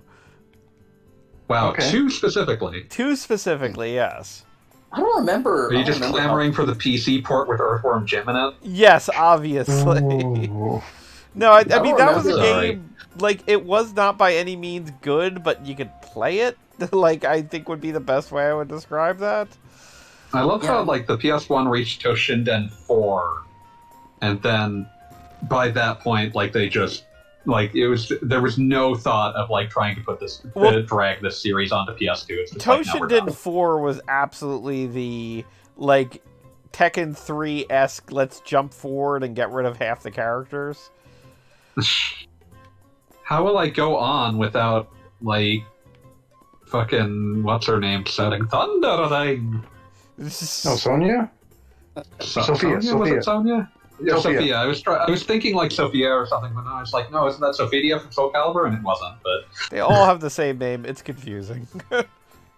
Yeah, I just remember that for the in Toshinden 1, for the final, not the regular boss fight, but the secret boss fight, who is just the main characters, basically the Akuma to the main characters, right? naturally. The music that for the final boss fight was just Bach's Toccata and Fugue in D minor. Sure, why not? Who gives a shit? And apparently, it was Kishi or somebody who posted that what is it, like in Fatal Fury 2, like Wolfgang Krauser's what was his stage theme? Oh, was it Ode to Joy? Fuck. Something like Hold on. It's something German, right?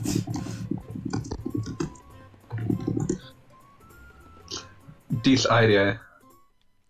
Oh. Yeah, I kind of miss that era. I mean, I wish that they hadn't killed Krauser so quickly, because he was a very interesting character to me. I mean, they I don't know. He has, I guess, like Rugal has a mustache.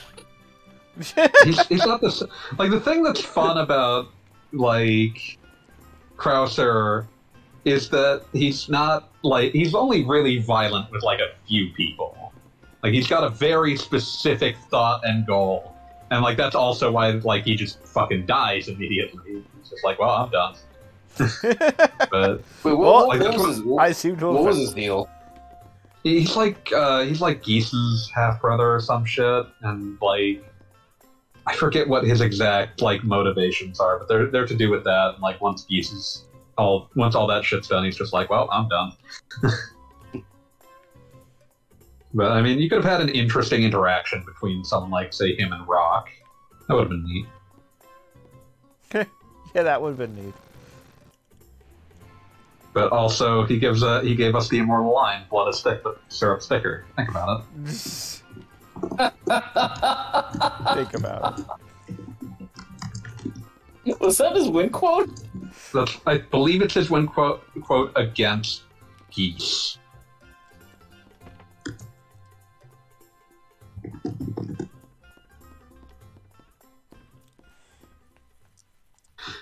Yeah, let's check. Yeah. Against Geese specifically, like the statement is insane, but at the same time, it sort of like tracks when he's fighting Geese because it's basically like, yeah, blood's thick. Who gives a shit at this point? But yeah, that was his win quote against Geese in Fatal Fury special is "Blood is thick, but syrup's thicker." Think about it. But of course, like that is also when SNK's English translations are going real nuts.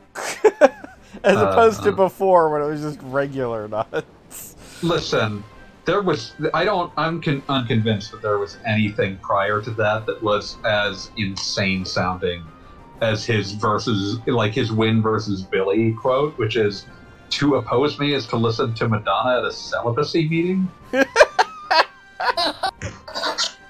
Like, that is so bizarre and so early 90s. That reminds me, I'm missing my celibacy meeting this week. Is that on Mars's thing? Yeah, she's done that bit.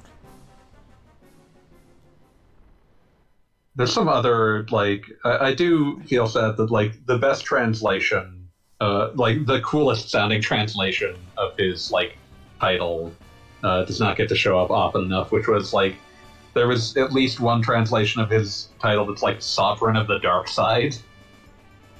Incredible. Absolute mark for something something that ridiculous.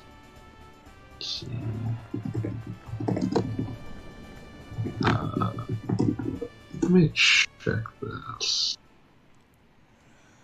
Now it's time for the concert that cures racism.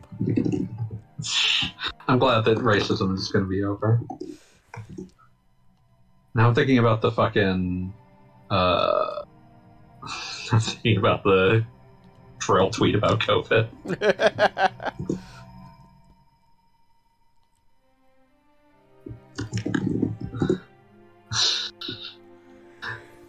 Hardcore becoming that guy who thinks the COVID virus will be not good overall, but on the bright side, it might inexplicably end racism. Hardcore becoming the guy who thinks this concert will be not good overall, but it might inexplicably end racism. But only in one dimension. Hopefully that's the part of the dimension that survives when you remerge these things. Yeah. It'd be really shitty if, the dimensions merge and racism is like, we had a choice. We went with the concert never happened, so racism is still a thing. Sorry. Listen, it wasn't our choice. The universe did it. I don't know why it did it. Maybe the universe is racist. Who knows? Fuck you, Ewans.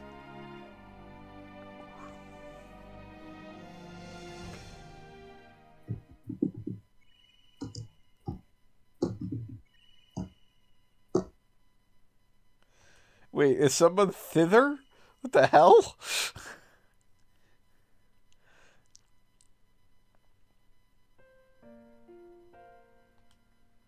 Hither and thither?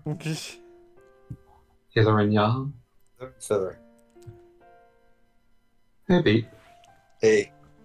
I was not very talky tonight. I do apologize. Hey, that's okay. We're nothing watching to a rock apologize concert. for. I was just a little worried about you. No, I'm good.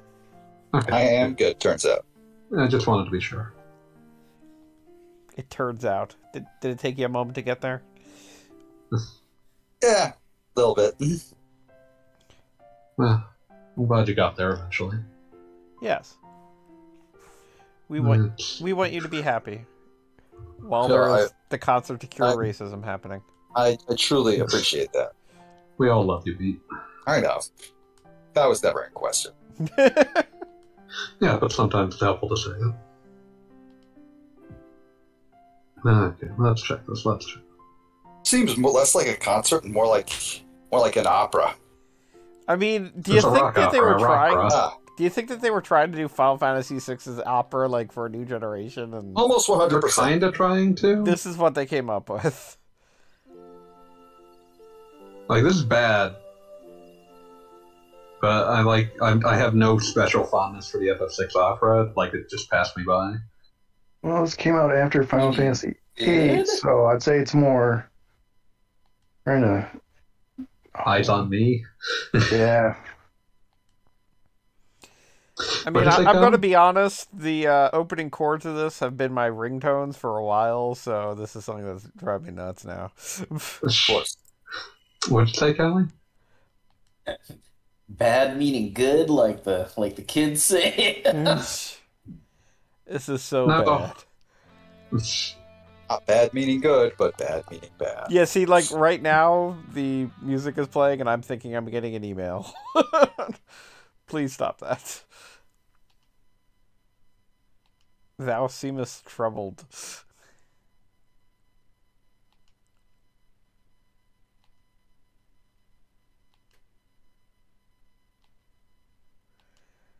You know what I want to see? Like, forget Final Fantasy VI. Like, forget whatever the hell is happening here in Chrono Cross. Like, I want to see a Final Fantasy game go, like, full Bohemian Rhapsody with some production. Like, just, like, 5 minutes of just nonsense happening. And there's no, like, theme to it. There's no, like, oh, this is really important to the plot or something. Just complete and utter nonsense for just a solid 5 minutes. It exists because we wanted it to exist. Exactly. Because we couldn't imagine a world where it didn't exist. You shall all put up with it.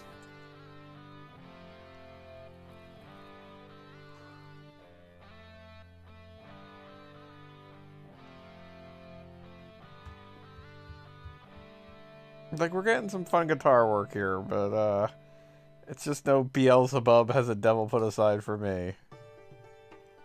I do appreciate that there's, like, an entire genre of, like, anime and game music that's just, like, we're just gonna knock off Queen.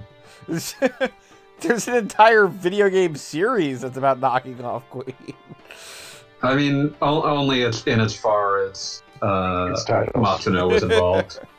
You can always tell you could tell which ones he was on because they had the Queen titles. I just mean, like, you know, you listen to, like, the Big O theme, and it's just yes, obviously. Like, the first part, like, the part that's actually on the TV show, is just Flash Gordon, but then you listen to the full thing, and it's pastiche of, like, 4 Queen songs. We have come to terms, Big O.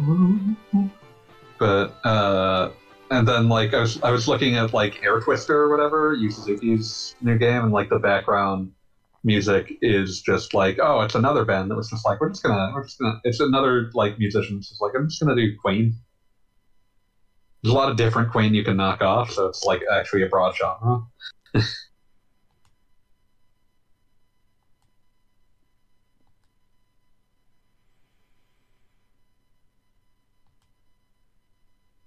But yeah, the most I can say about this concert is that it's somehow still happening. Well, yes, there's that. There's also the fact that I remember a remarkable amount of this game. I don't remember what order it comes in, but I remember a lot of it. I don't remember jack or shit about this. And every time it comes up in conversation, I'm like, I barely have any idea what anyone's talking about when they're like, oh yeah, the concert. It's like, when did that happen?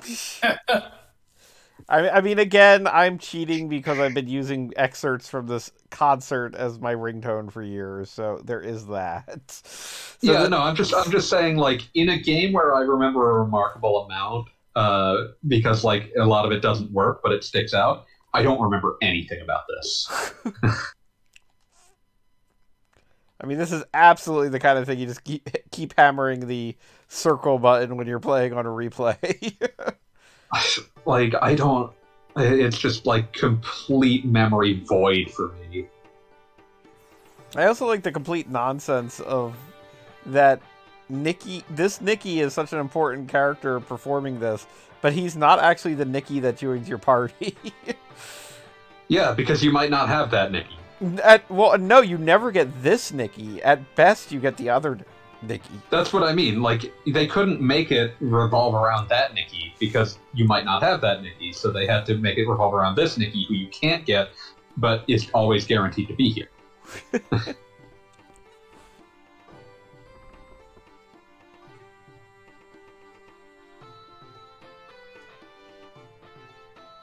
And then everyone just left. Well, that was fun. Can we go kill some sea creatures now? Damn good times. It sure was a thing we did. I also love the whole concept that the ship will never sail again. Well, have you tried shouting at it? You did? Okay, good. Now we're good. I got much of a protection. You could come. Fargo got his level 7 tech because, I don't know, he just felt like it.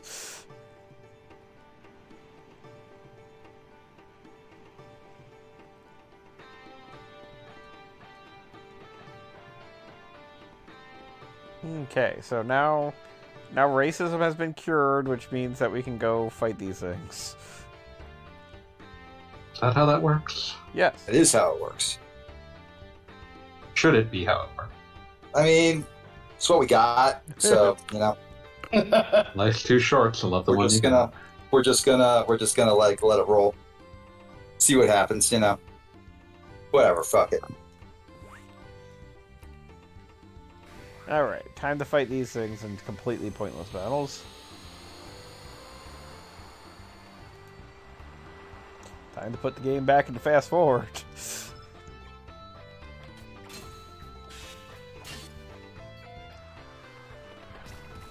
I love all the various, like, pun attacks in this game. Like, just 4 kicks. Like, really, guys?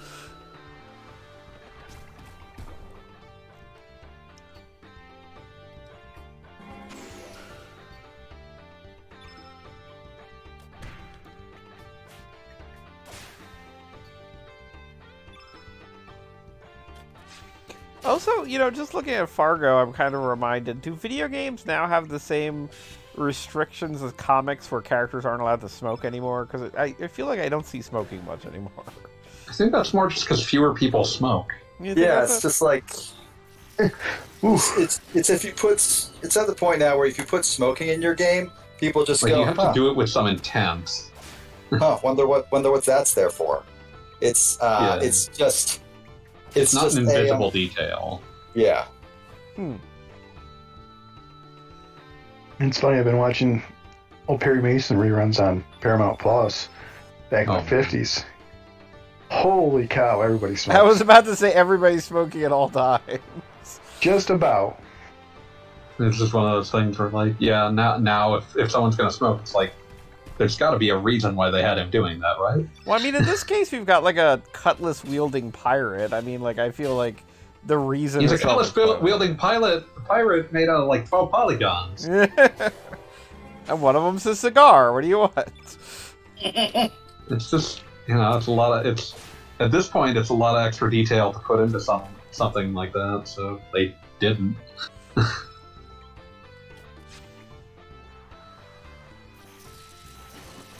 I like that these things keep using, like, a trap element on us, and it's like, I'm just gonna hit you with my sword, thanks. Why is one of these people wielding a harp? Mermaid, come on! I don't really associate mermaids with harps. Really? I thought that was kind of a thing. No, not really. Not in my mind, anyway. I mean, like, I feel like I can see statues of mermaids in my head with harps. Like, I'm not insane, I don't think. I don't think you're insane. I harps. I don't. It doesn't feel universal to me at all. It just seems like an arbitrary thing. I mean, they had the pick weapon in this game. They had to have somebody else with a string-based weapon. Did they? They didn't have anyone else that used the boat oar. This is true, but main character, and also... They didn't have anyone else using a fucking knife. Oh,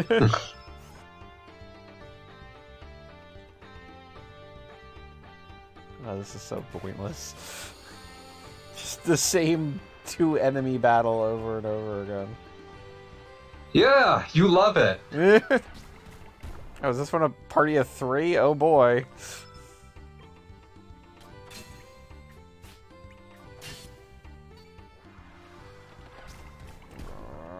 How about trying Lucky Hit? Oh, I've actually got an element here, or a summon? Let's try this. So why is this town infested with monsters now? Because in the other world, the black dragon is sleeping and will not wake up. So, because I guess these things are like nightmares that are grounding it. Sure, why not? The other world, it hates you. Hey, look, we can actually do a summon. Let's do this. On it. Do you have the correctly colored summon? We do, actually. It was weird. World wasn't expecting this. Now this series will be complete by virtue of the fact that you'll have actually seen a summon. It's like, I'm proud of myself. We did a summon. Wait, did I miss it? Is it coming? It was a frog. I don't know if you saw a frog dancing. Friends. No, I did not. I feel like I remember the white summon being slightly more impressive looking. Hey, you got a shiny dew. Yeah. Yeah. Do this again if I can.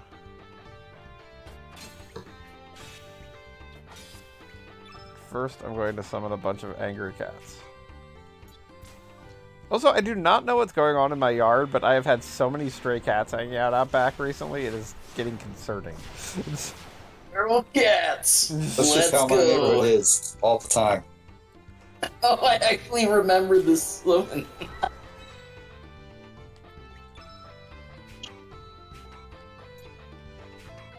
Yeah, I remember once successfully pulling off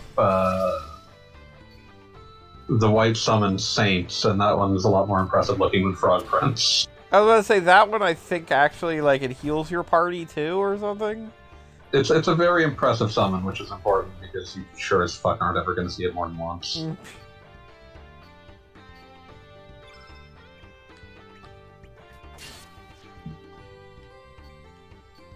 Here we go, we can summon again. Because we've got like another 30 stars. I love like the laziness of just naming an attack just 4 kicks. Yeah, no, that feels like a placeholder name. That pun is just a little bit too much for me. Not sure I'm like okay with that. It is like halfway. It is the combination of the worst pun and also feeling like a placeholder name. Like, what do you want to call it? Well, how about just 4 kicks? Fine, but only until we think of something better.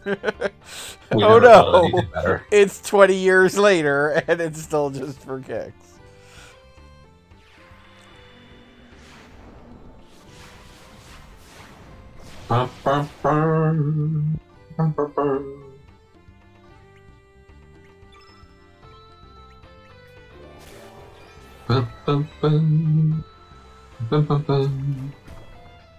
Just 4 kicks.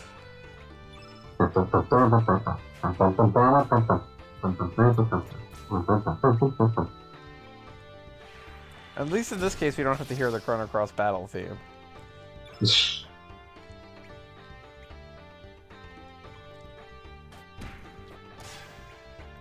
Actually, isn't his Pilfer blue?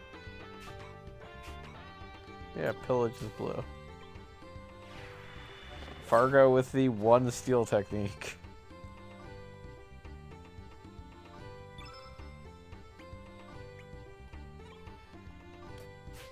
This is actually technically a really good place to be summoning. Whole lot of blue happening. Come on out, Frog Prince.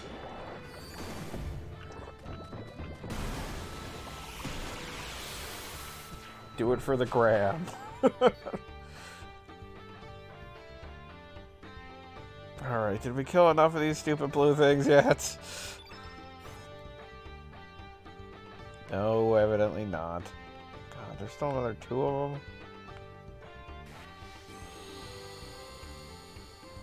I mean, I know you're having... Like, this is also something that I'm currently experiencing in the Wild Arts 3 Let's Play. Wherein, like, for whatever reason, during this kind of era, they were okay with having just the same fight with the same enemy over and over again with literally no variation. It's like, okay, guys, maybe we could have just thrown something else in there? No. Please? No. Oh my Bum, god. bum, bum. Bum, bum, You'll bum. enjoy your 80-hour RPG and like it. Just fight the same stupid thing. 40 of 4 those times. hours will be the same fight.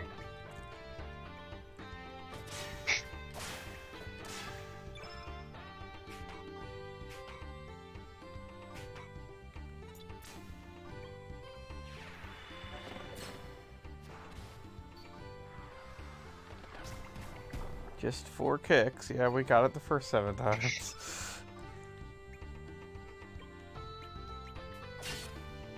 I tell a joke once, you're a wit. Tell a joke twice, you're a half-wit. Ayo.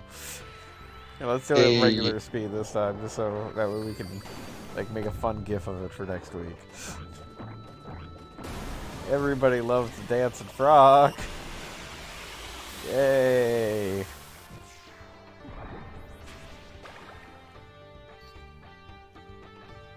Alright, looks like we have one more of these stupid blue lagoons left. And then racism is over. You keep saying that, but like I don't feel like it's come any closer to ending racism. I mean, for demi-humans, yes. Like, our cat boy here will be much more accepted now. Is this just one? Did the game take pity on us? No, there's 2 over here, of course.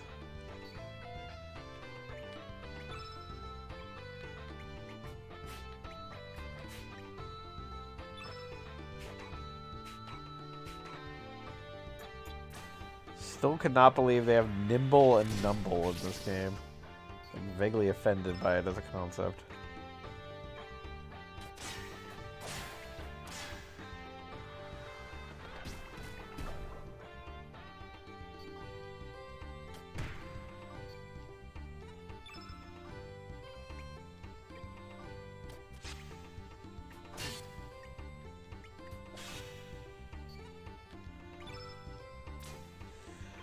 Okay, we got like a lot of shiny dew out of this. This has worked out well. Couldn't be more excited by shiny dew. Might slip into a coma. Any idiots left? Oh god, there's 2 more! Ah!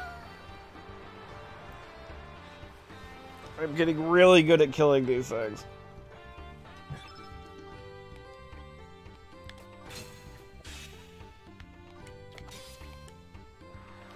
Just 4 kicks. I'll just summon some goddamn feral cats and like be done with us. I'm gonna be back in a minute instead of watching this. You will miss nothing.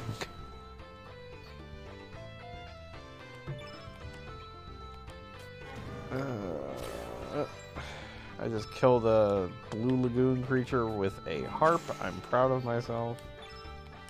Lagoonate.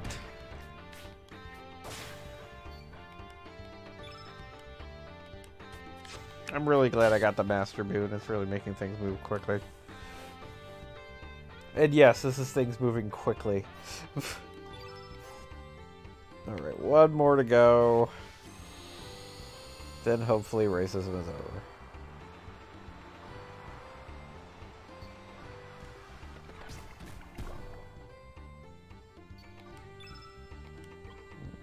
Trio.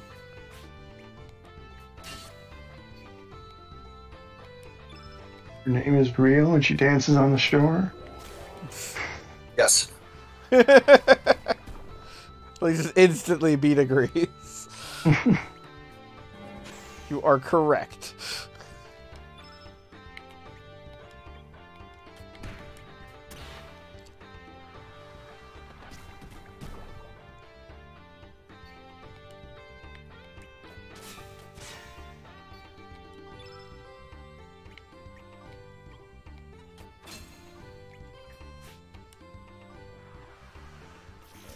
This is exhausting.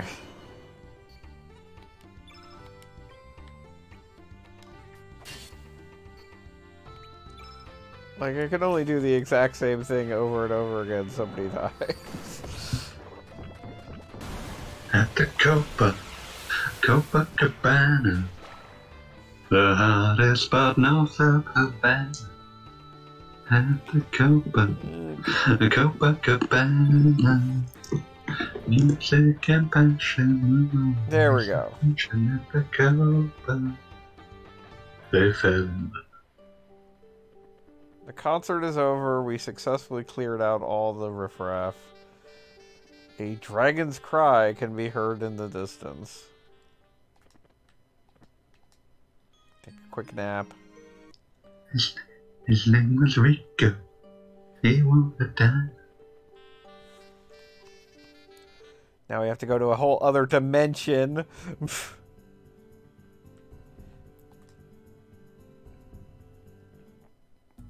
Do-do-do-do. Just like Dragon Ball Z, getting sent to the next dimension. Not like that. Yes, like that. We're gonna send a dragon to the next dimension. Whee.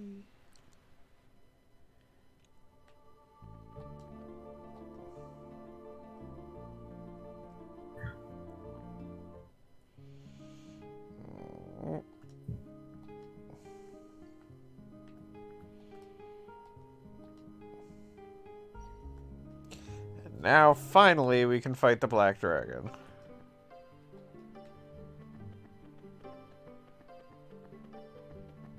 You are the Black Dragon. I don't know how the rest of that song goes. I don't even know if that's a thing. No, I mean, it was the last dragon. Yeah, very gorgeous last dragon. I know it mentions the power of the glow. I just don't remember exactly how it goes. The power of the glow.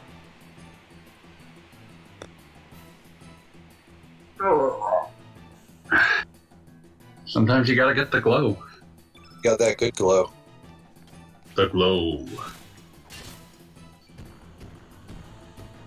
Doot doot. Boop boop boop boop boop boop boop. Now if I can summon against this guy, it'll be pretty amazing.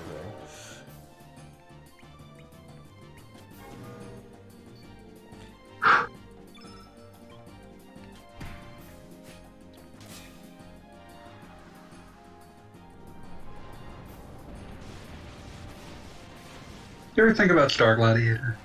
Why not? Yes. I mean, it's basically Star Wars. But less complicated and less baggage. But it definitely has a Disney Wookiee doesn't in it. own it. Forget what the Wookiee's name is.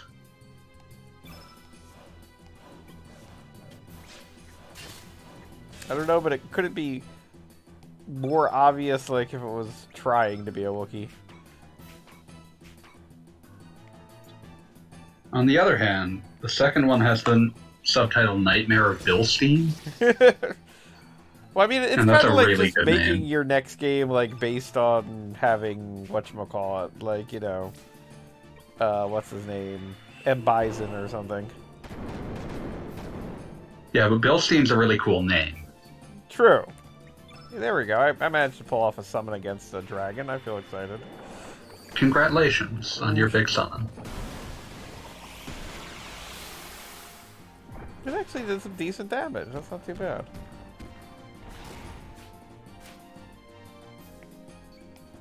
See, it's not completely impossible. It's just rarely practical. Yes. Especially because there is a limited non-replenishable stock of summons per save. Or not. I'm not even sure if it's per save, but at least per playthrough. Is it per playthrough? Because I think it's...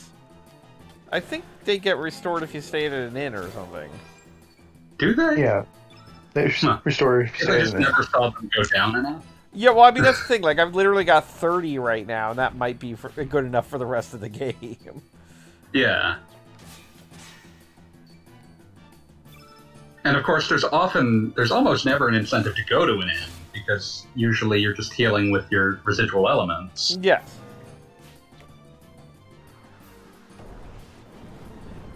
You know, I'm literally invincible, but I still think, oh no, I don't want the field. Yeah, no, because definitely I was using a bunch of them and now I'm back to 30 out of 31. So that was just because I took a nap in Marble. So yeah, I love taking naps. they definitely restore Yeah. after a little sleep. Did not know that. Because, again, I basically never saw them drained and never used again. Yeah, well, I mean, by the end of the game, you've got like 50 stars. It's like they think that's going to, like, you're going to just pull off 50 summons. Not without working at it.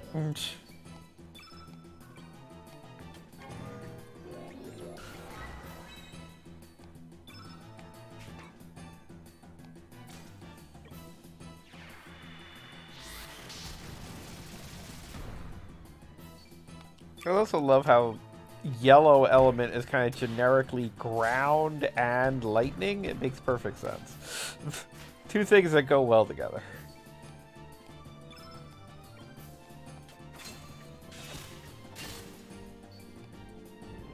There we go. Black dragon down. Dragon down, diver down. Okay, so we've defeated blue, red, black. We have Which one is going to be the last one? Who is the true last dragon with the the power? white dragon. The glow. Well, technically Harley, actually. Yeah. Spoilers. Can't believe you do this.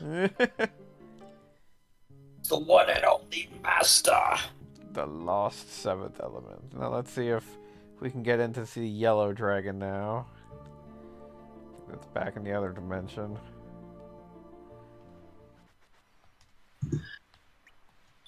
I think I'm going to leave green and white for next week. But Good, because I'm sick of this. I know the feeling. This You know, is Since a we're remarkably tedious section. I mean, like, there's kind of an interesting concept here in that you've got, like, this is when your party really gets out of control, and, like, you could theoretically do, like, each dragon with a different party to see what works, but practically that is, like, crazy pants. Because, like, why would you Yeah. do that? You just figure out what works best for a dragon, and then be like, well, it's probably going to be the same.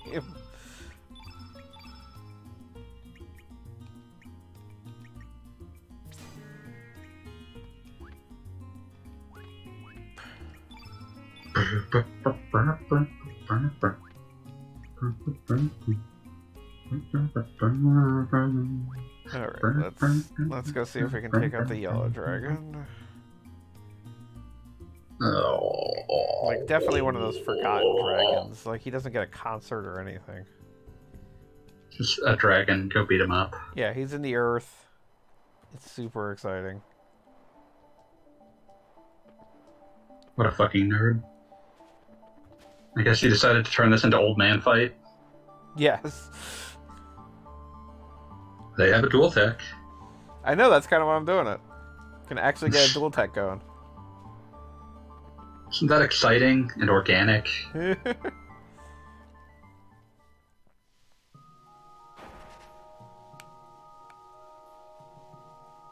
Trying to think of how many thousands of dual techs would have to exist for everyone to have as many dual techs with everyone else in Chrono Cross as they do in Chrono Trigger.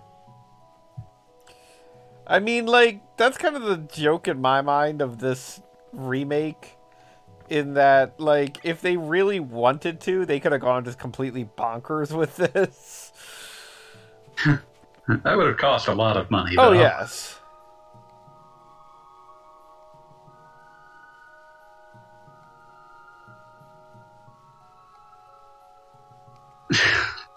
Just squeezing past it, buddy.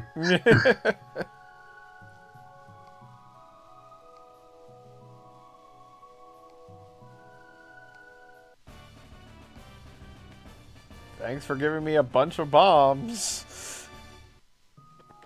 Alright. That seems like a weird thing to just hand someone. You'd think that. Hey, stranger, here's a bunch of bombs. What?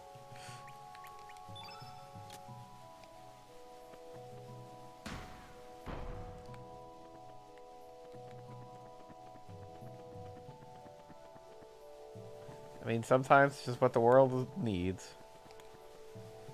What the world deserves.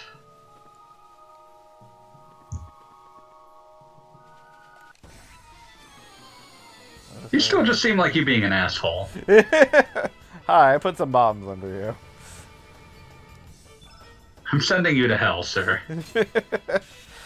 Please enjoy.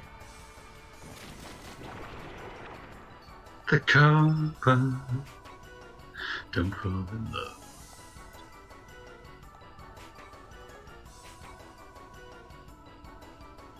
Yeah, I'm deeming this dungeon too boring for human consumption.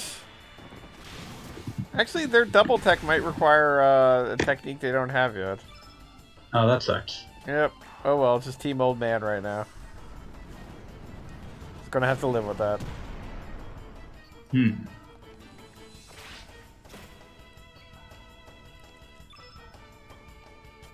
I mean, with the Mastermune, Lynx is definitely carrying everybody right now. Or Surge, however you want to call him. The cat guy. The cat guy with the swallow. Hmm.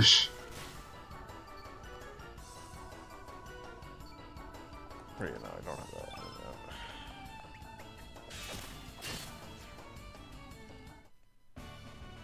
Boom, ba-doo, ba-doo, boom, ba-doo. I like how nobody has like a victory animation. They just stand there. Like, oh yeah, that happened. Would you celebrate anything that was happening in this game? Fuck you.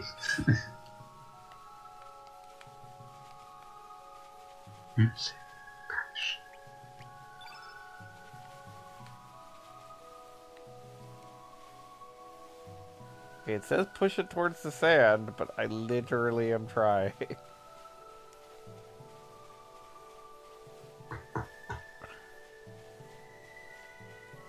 Come on.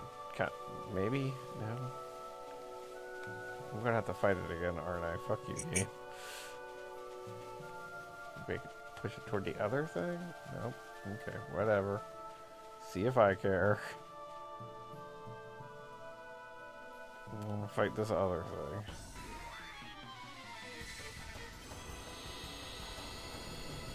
Every time I don't put the game in fast forward, I regret it.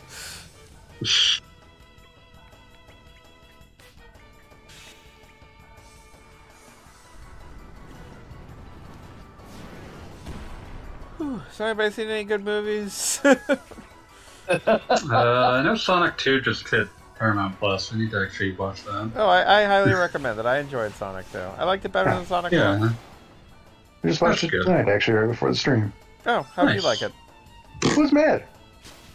I appreciated that Jim Carrey was the only one who knew that he had to be as over the top as he possibly could. I would like to see a breakdown of how many scenes in that movie are just Jim Carrey the human while, like, you know, CGI will be happening over here, don't worry about it. Like, the entire... I know they have the, like, fucking... I don't have my words right now, bear with me. They have, like, models, which are hilarious and horrifying. So, They have like, to have allow- something they to know act where to look, against. basically. Which makes sense, but just so many different, like, so as not to spoil it, what I will refer to as the ice cap zone has to be, like, 90% CGI by volume. Oh, yeah. Like, Yeah, that was just just Jim Nick Arcade. Carrey in an episode of Nick Arcade. I hate that hedgehog.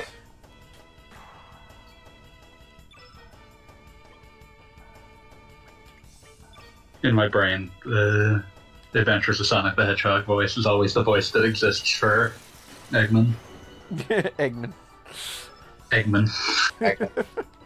For the prestigious Eggman family. I've always been I've been eternally fucked up ever since I noticed it was either the Mega Man cartoon or like the Mega Man episode of Captain N where they don't say Cutman, they say Cutman. It's like, what the fuck? So it's very funny to me to do that sort of shit. Eggman. Cutman. Good old Eggman, good old Cutman. Now I can push it. Okay.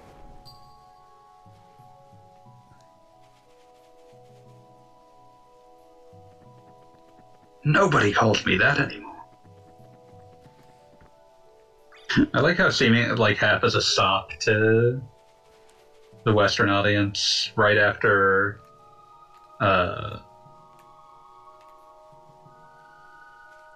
right after they canonized the name Eggman in the Western release of Sonic Adventure, like bringing it in line with Japan. They also canonized that like Robotnik is his real last name in Sonic Adventure 2. Gerald Robotnik. Yeah, good old Jerry. I mean, when you've got an option like that just sitting there, like, you know, It'd be weird if you didn't take it. This is very funny.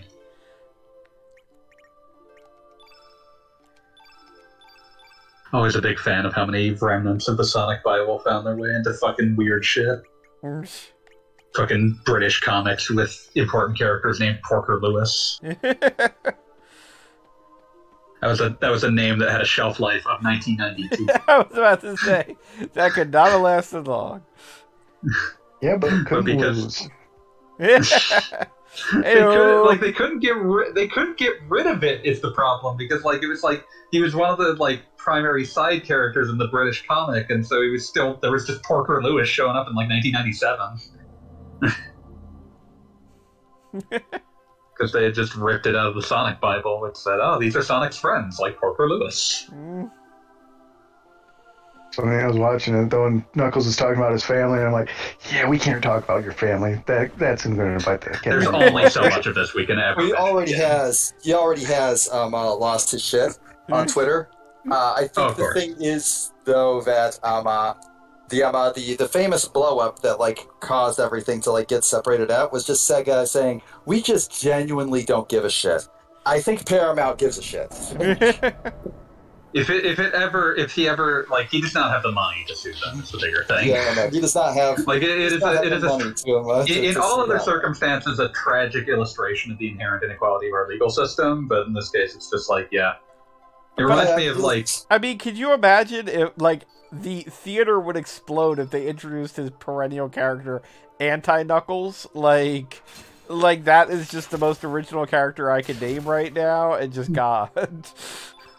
I'm remembering, like, the same concept reminds me of, like, the motherfucker that had, like, a trademark on the word edge in video games, and he would just, like, threaten people constantly about it. Oh, yeah. And, like, just to extract cash out of them, and then eventually he, like EA was putting out Mirror's Edge, and he tried to threaten them, and, like, they were just like, nope, not dealing with this, and immediately, like, got him destroyed in court. Oh yeah, it's like how the Monster Cable guys, fucking HDMI cables, tried to take on Disney's Monster Inc. Good luck. That didn't work. Yeah, I was about to say. Like, that's one of those things where it's like, no, the company absolutely has a point. What you're saying is insane. Yeah, what you're doing is stupid. But then again, I'm pretty sure UPS has copyrighted the color brown, so. Yeah, good luck with that. The second a larger fish is like, no, fuck you.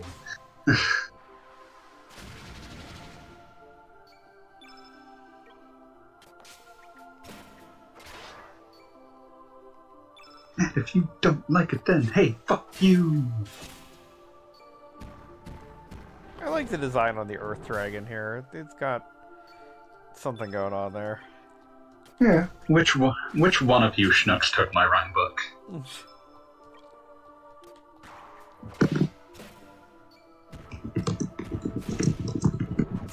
Earth Dragon kind of looks like he could give you a hug.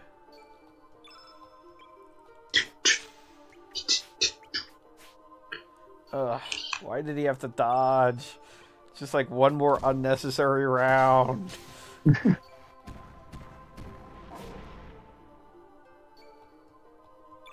Going back to Sonic, at the risk of minor spoilers for anybody who hasn't seen it, next character that shows up in 3 is going to be voiced by Chris Pratt, isn't he? Oh god, no. I really hope they go with something. I mean, I still, the portrayal in, what was it, Sonic Boom was still my favorite, wherein they kind of have like a reverence for him because who he is. Because he's so popular. Yeah, where like Eggman's literally fanboying over him all the time. Yes, like we He's got you. literally Oh the my most god! popular character in the canon. And like with that in mind, I really hope that they just, it would be absolutely amazing what voice actor they could get to play him. Jameel White. I'm thinking. Oh, I'm thinking. Oh, that would be perfect. Yeah, but my immediate assumption was, we should have him played by Charlie Day. It's gonna be Idris Elba again. I'm okay with On that. double duty. Did you see there's some Sonic Frontiers footage? Yes, I did. It looks actually surprisingly good. I'm very impressed. I would not be surprised if it ends up working out pretty well. Yeah, like, I don't know. It's one of those things where it'll live and die by like minor nitty gritty things to me that don't really have any sort of visibility in a trailer. Or That's thought that, and all the like- human taste. And that's that, like, if you run up towards a curve, will you automatically like be hard locked into like where the curve should take you, or can you just run up curves? Like, I feel does like velocity the way that work the way? game's level design philosophy looks, it honestly would not function properly if they lock you into things. Yeah, that's my thought, and that's why I'm hopeful. But one of the things that like sort of like always mess with my head with like the boost style gameplay is in the 2D sections of 3D levels. The springs don't work what I would consider correctly. They shoot you on a very predetermined path all the time. And I'm like, no, if it's 2D, you should like be able to like move back and forth on the spring. Be able to jump back and forth, yeah. Yeah, like that's the way Sonic's supposed to work. This is a failure. This is a problem. Not a failure, Yeah. but a problem. But yeah, I don't know that it would be possible to, like... Sega is absolutely capable of fucking things up, but it feels like it would be a Feels like it complete would be- misreading of what the point of making these open levels was if the game locked you into specific paths. Yeah, that's where I'm at. That's basically where I'm at. That makes sense.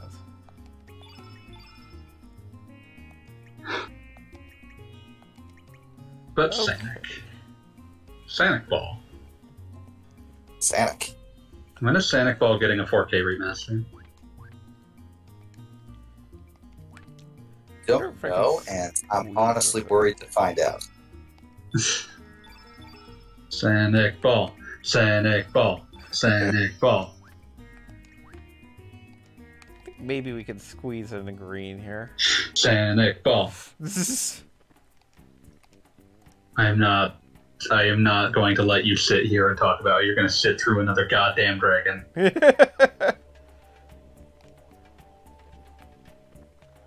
I think like maybe like with Bebo or something.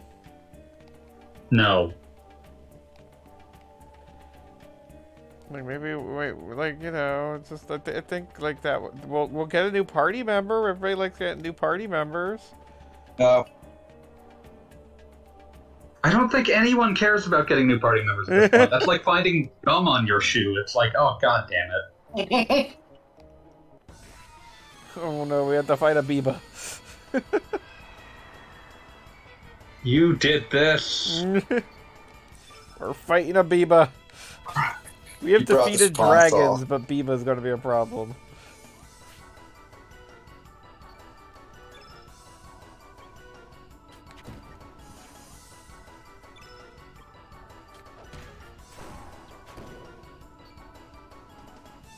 We've got Team Also Ran with Orcha and Sniff.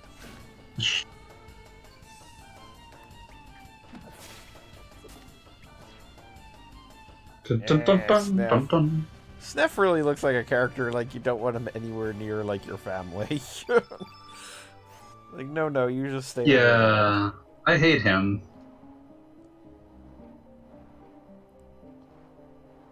I want him gone.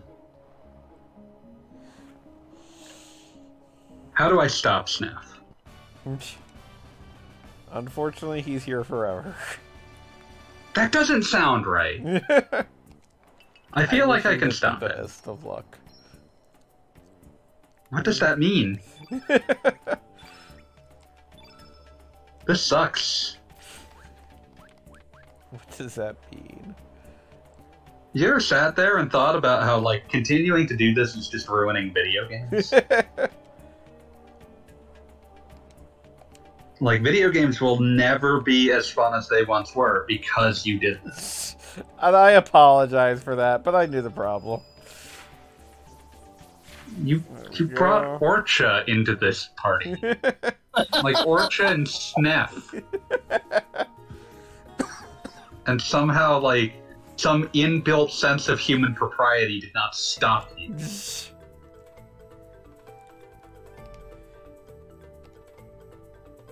Yay, we got not Isla. There is no room for yays in this world at this stage. We're done. Joy has left.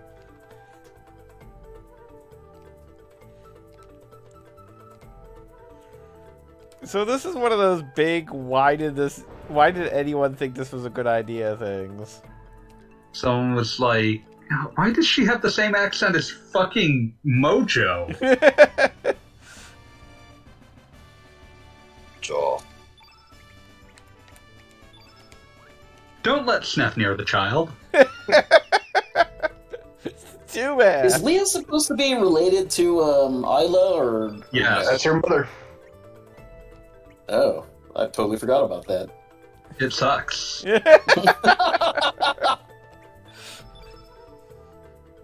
Yes. I don't know what else you want from me. It sucks.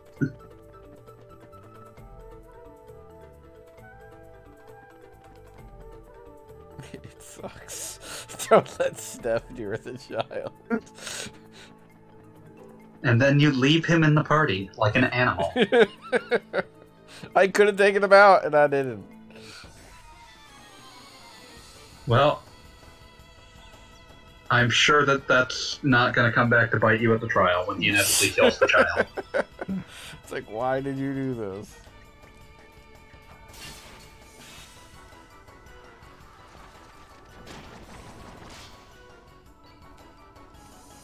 Yeah, so the implication is that Isla is Leah's mother, or vice versa. I think it's Leah's Isla's. Yes. Which makes so little sense, it boggles the mind. She just goes back in time, whatever, who gives a fuck? I thought Ayla was too cave to learn magic, but apparently... Well, it's not magic, it's elements. No, I'm specifically talking about if her mother is from this time and sent back, then why? I mean, then why is kind of the question of all of this. This I mean, idea makes no sense from any direction. Like, the basic concept is that, yeah, like, she got trapped there, and she's obviously a kid, so she can't have already had the child, but then later she makes reference to the idea that, like, Isla is a strong name, I'm going to name my child that. And that's, like, exclusively part of her ending, so you usually don't see it anyway. Wait, where does she hear that? I mean, where like, does she hear that name from? I don't know, maybe Surge sneezed it while he was talking. All that talking that Surge does. He just won't shut up. I can't believe they made him this Like, the cocky of a plot holes motherfucker. are paramount here. You know what's funny? If you were just to snuff out Leah, this whole game would never happen. Think of what we could have That's had. technically true. It would also kill Marl and Ayla, which sucks, but oh well. Yeah, but then Chrono Trigger would never happen, which I was means gonna say, Oh, damn it. without Isla, theoretically, the Reptites win. I remember that ending. Yeah, exactly.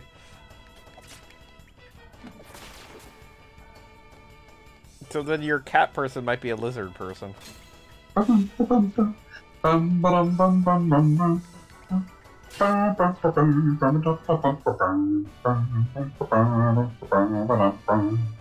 love that this part of the game is just arbitrarily you have to do some random battles until you're told that the green dragon will see you now.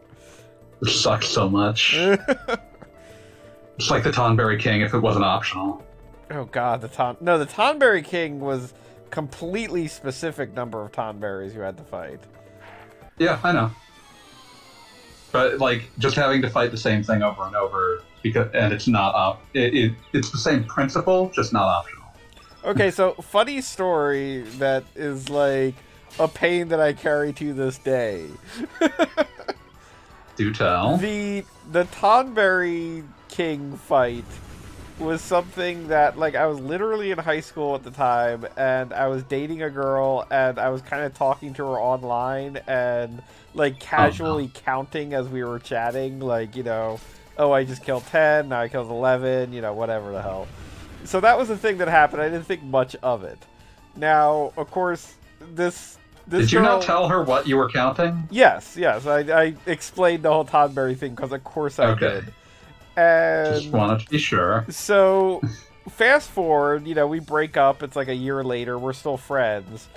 And I did this video project that was basically, like, kind of like interviews with people that knew me type of thing. No. And the gist of the entire interview with her, completely unprompted, was something like, and don't date this guy, he'll just start counting all these little green things he's killing to you and act like it's the most interesting thing in the world. And I was just like, oh no. I don't think I'd have been able to take that kind of on. I probably would have just not turned in the project. I've still got it. It's great. Doesn't make me cry at all. Like, that's the kind of thing, like, the kind of embarrassment I live in fear of. I could have like, edited it out, but that's just not me. I don't even mean, like, turning it in. I just mean, like, I live my entire life in horrified, like my brain every few nights recounting to itself. Remember that fucking embarrassing thing you did 20 years ago? I mean, this was one of those things that it's funny to me because, like, I had barely remembered that happened until, like, that was apparently something that had been on her mind for, like, a year.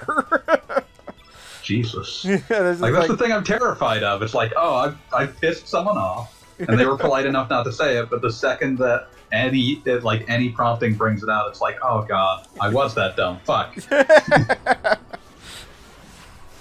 This is everything I was afraid of. Like, literally. Like, not even a joke here. The source of anxiety. I end every interaction trying to convince myself, it's okay, you weren't that bad. But guess what? I am a tragic clown.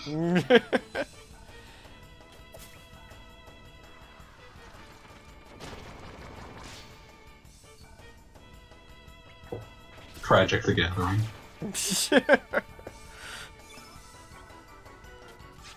You know what? I had some friends who were really into Magic. I'm really disappointed in myself that I never came up with that. That seems like the easy one. Yeah, it does. I'm like, Like, maybe there's something wrong with me. It just never occurred. There's got to be at least 4 D&D podcasts, not D&D, Magic podcasts, so they're called Tragic the Gathering. I mean, the fact that their conventions aren't just called Tragic Gathering is kind of sad. I do feel like, I mean, it's like that, and like maybe you hang out at the Gathering of Juggalos, but what was I gonna say? It feels weird to me. Like, Magic the Gathering sounds like a White Wolf tabletop RPG. I mean, I assume like that's kind of what they were going for. It's from like 1993. I don't remember when Vampire the Masquerade is from. But I mean, like, Magic the Gathering, when it came out, I feel like was aiming for that exact market, and I at least know locally the only place you get Magic cards was literally the same place where they sold, you know, source books and stuff. Okay, Vampire the Masquerade's first source book was 1991, so I don't know, maybe they wanted to draw that same audience.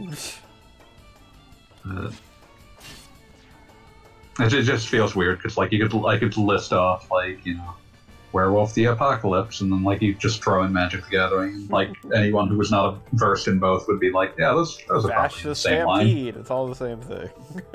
No, that one sounds too much like an anime name. I remember Fallout 2 had a Tragic the Garnering mythical card gambling setup Cute. in that game. Also, I like that you're fighting other, like, obvious, like, cave people in this. Which, considering Leah's important to the time stream, I wonder if you are, like, murdering your ancestors accidentally. I believe you accidentally killed Kino. Yeah, it's like... Like, these guys are very clearly, like, just cave people, just like her. Just that this cave person decided to join you.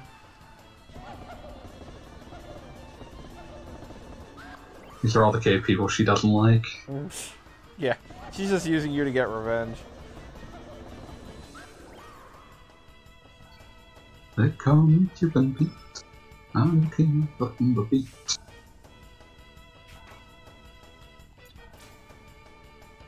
Gotta be paying more attention to my Because we have to do another dragon. My brain is dying watching this. We're close. I think it's roaring, so I should be able to go fight it now or something. No. We're Not close so enough. close, fanboy. So close. I feel like I'm dying. Would you like me to phone a friend? Like Is someone who that can not come what's to happening you. right the fuck now? Someone who can come over in your time of need and be like, "I'm sorry, did Goggle Bob make you watch too many dragons?"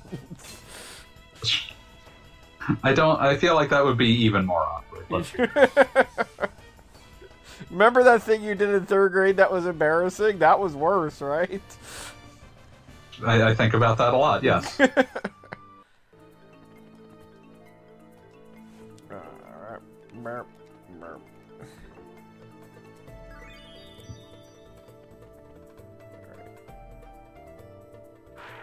Okay, I'm hearing roaring, so I should be able to get what I want.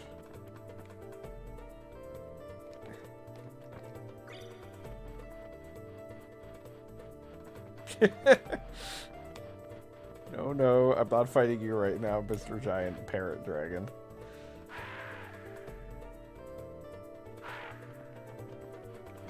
Oh no, you're still here. Go away. This feels like purgatory.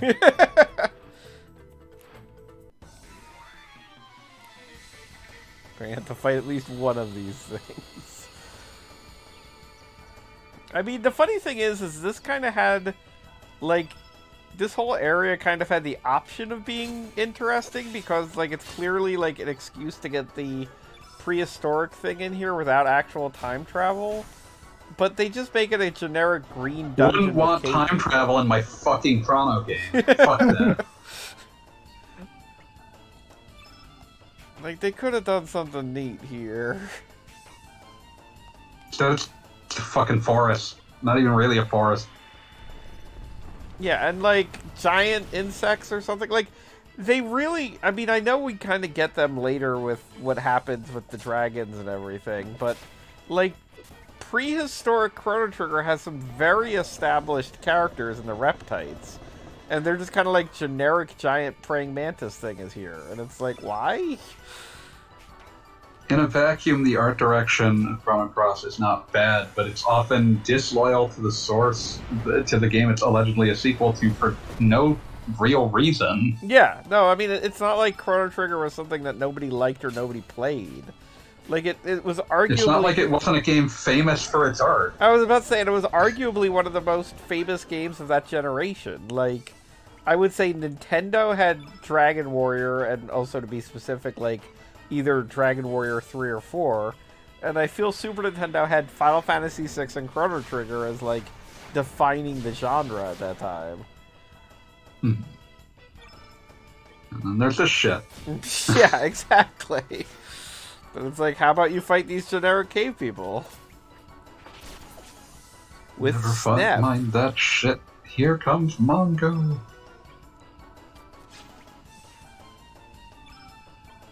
Yeah, I don't. Like, this is not a case where contrast is being deliberately. It doesn't feel like it's a deliberate drawn contrast. It just feels like, okay, we didn't.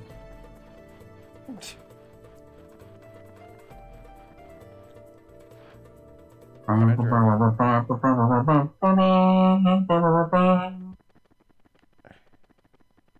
I go down? Where did I get? There we go. Alright, so now we can fight the green dragon. Oh no, it's a T-Rex. My bad. Okay, at least we get to fight a T-Rex. That's very Chrono Trigger.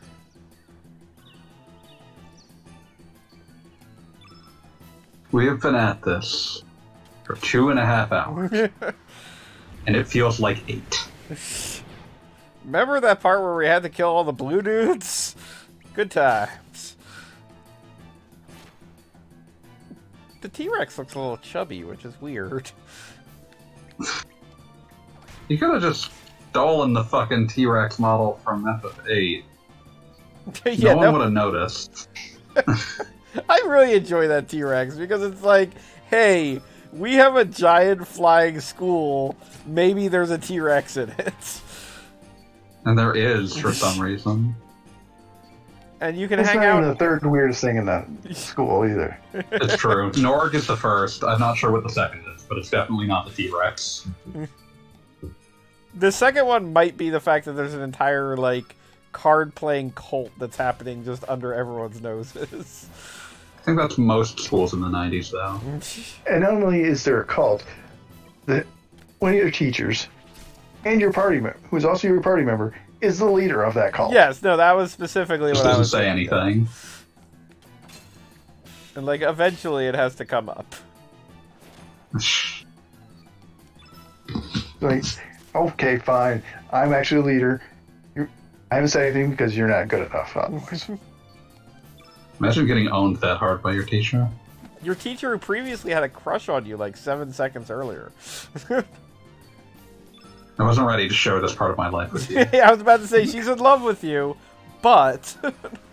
She needs to know you love her back before she'll tell you that you suck ass at cards. Okay,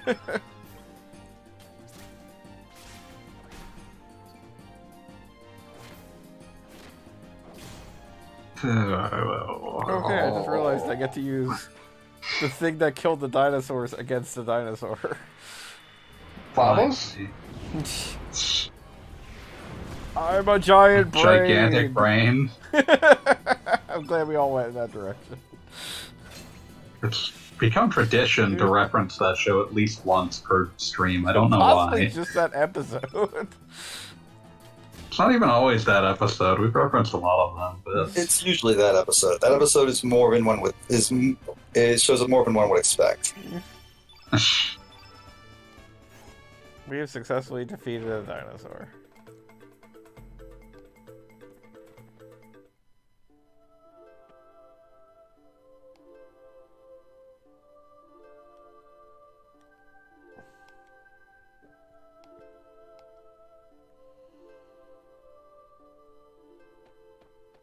Do do do do. I hold Kermit the Frog here.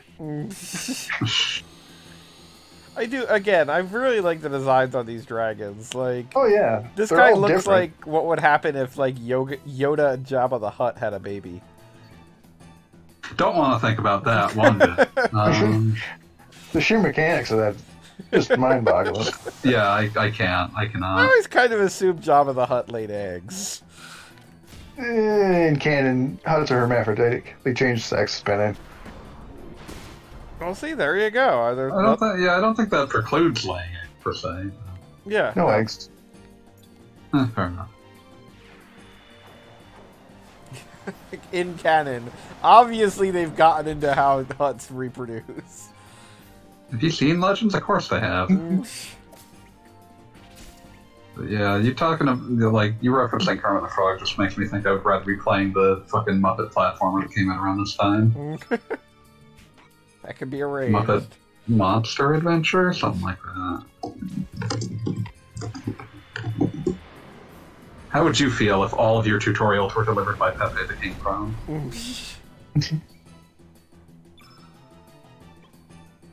I admit, he's not my first choice. But... Just gonna tell you about how you needed to get the fucking Werebear emblem again.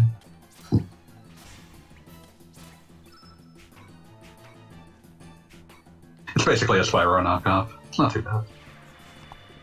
I was going to say, though, which isn't a bad thing in the PlayStation 1 era. Yeah.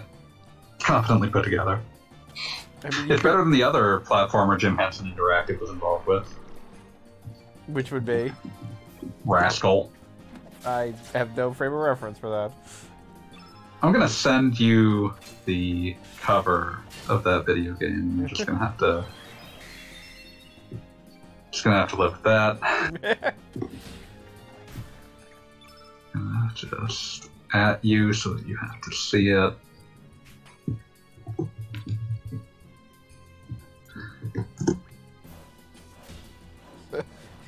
So I have to see it. As if Discord allows me to do that. You have a mention. Where's the mention? I have no idea. The main character and several enemies were designed by Jim Henson's Creature Shop.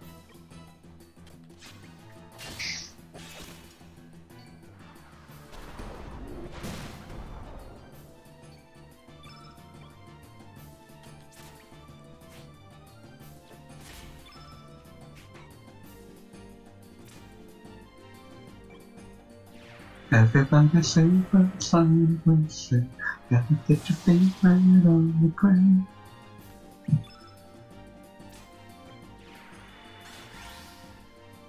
Rascal, released in Japan as Bubblegum Kid.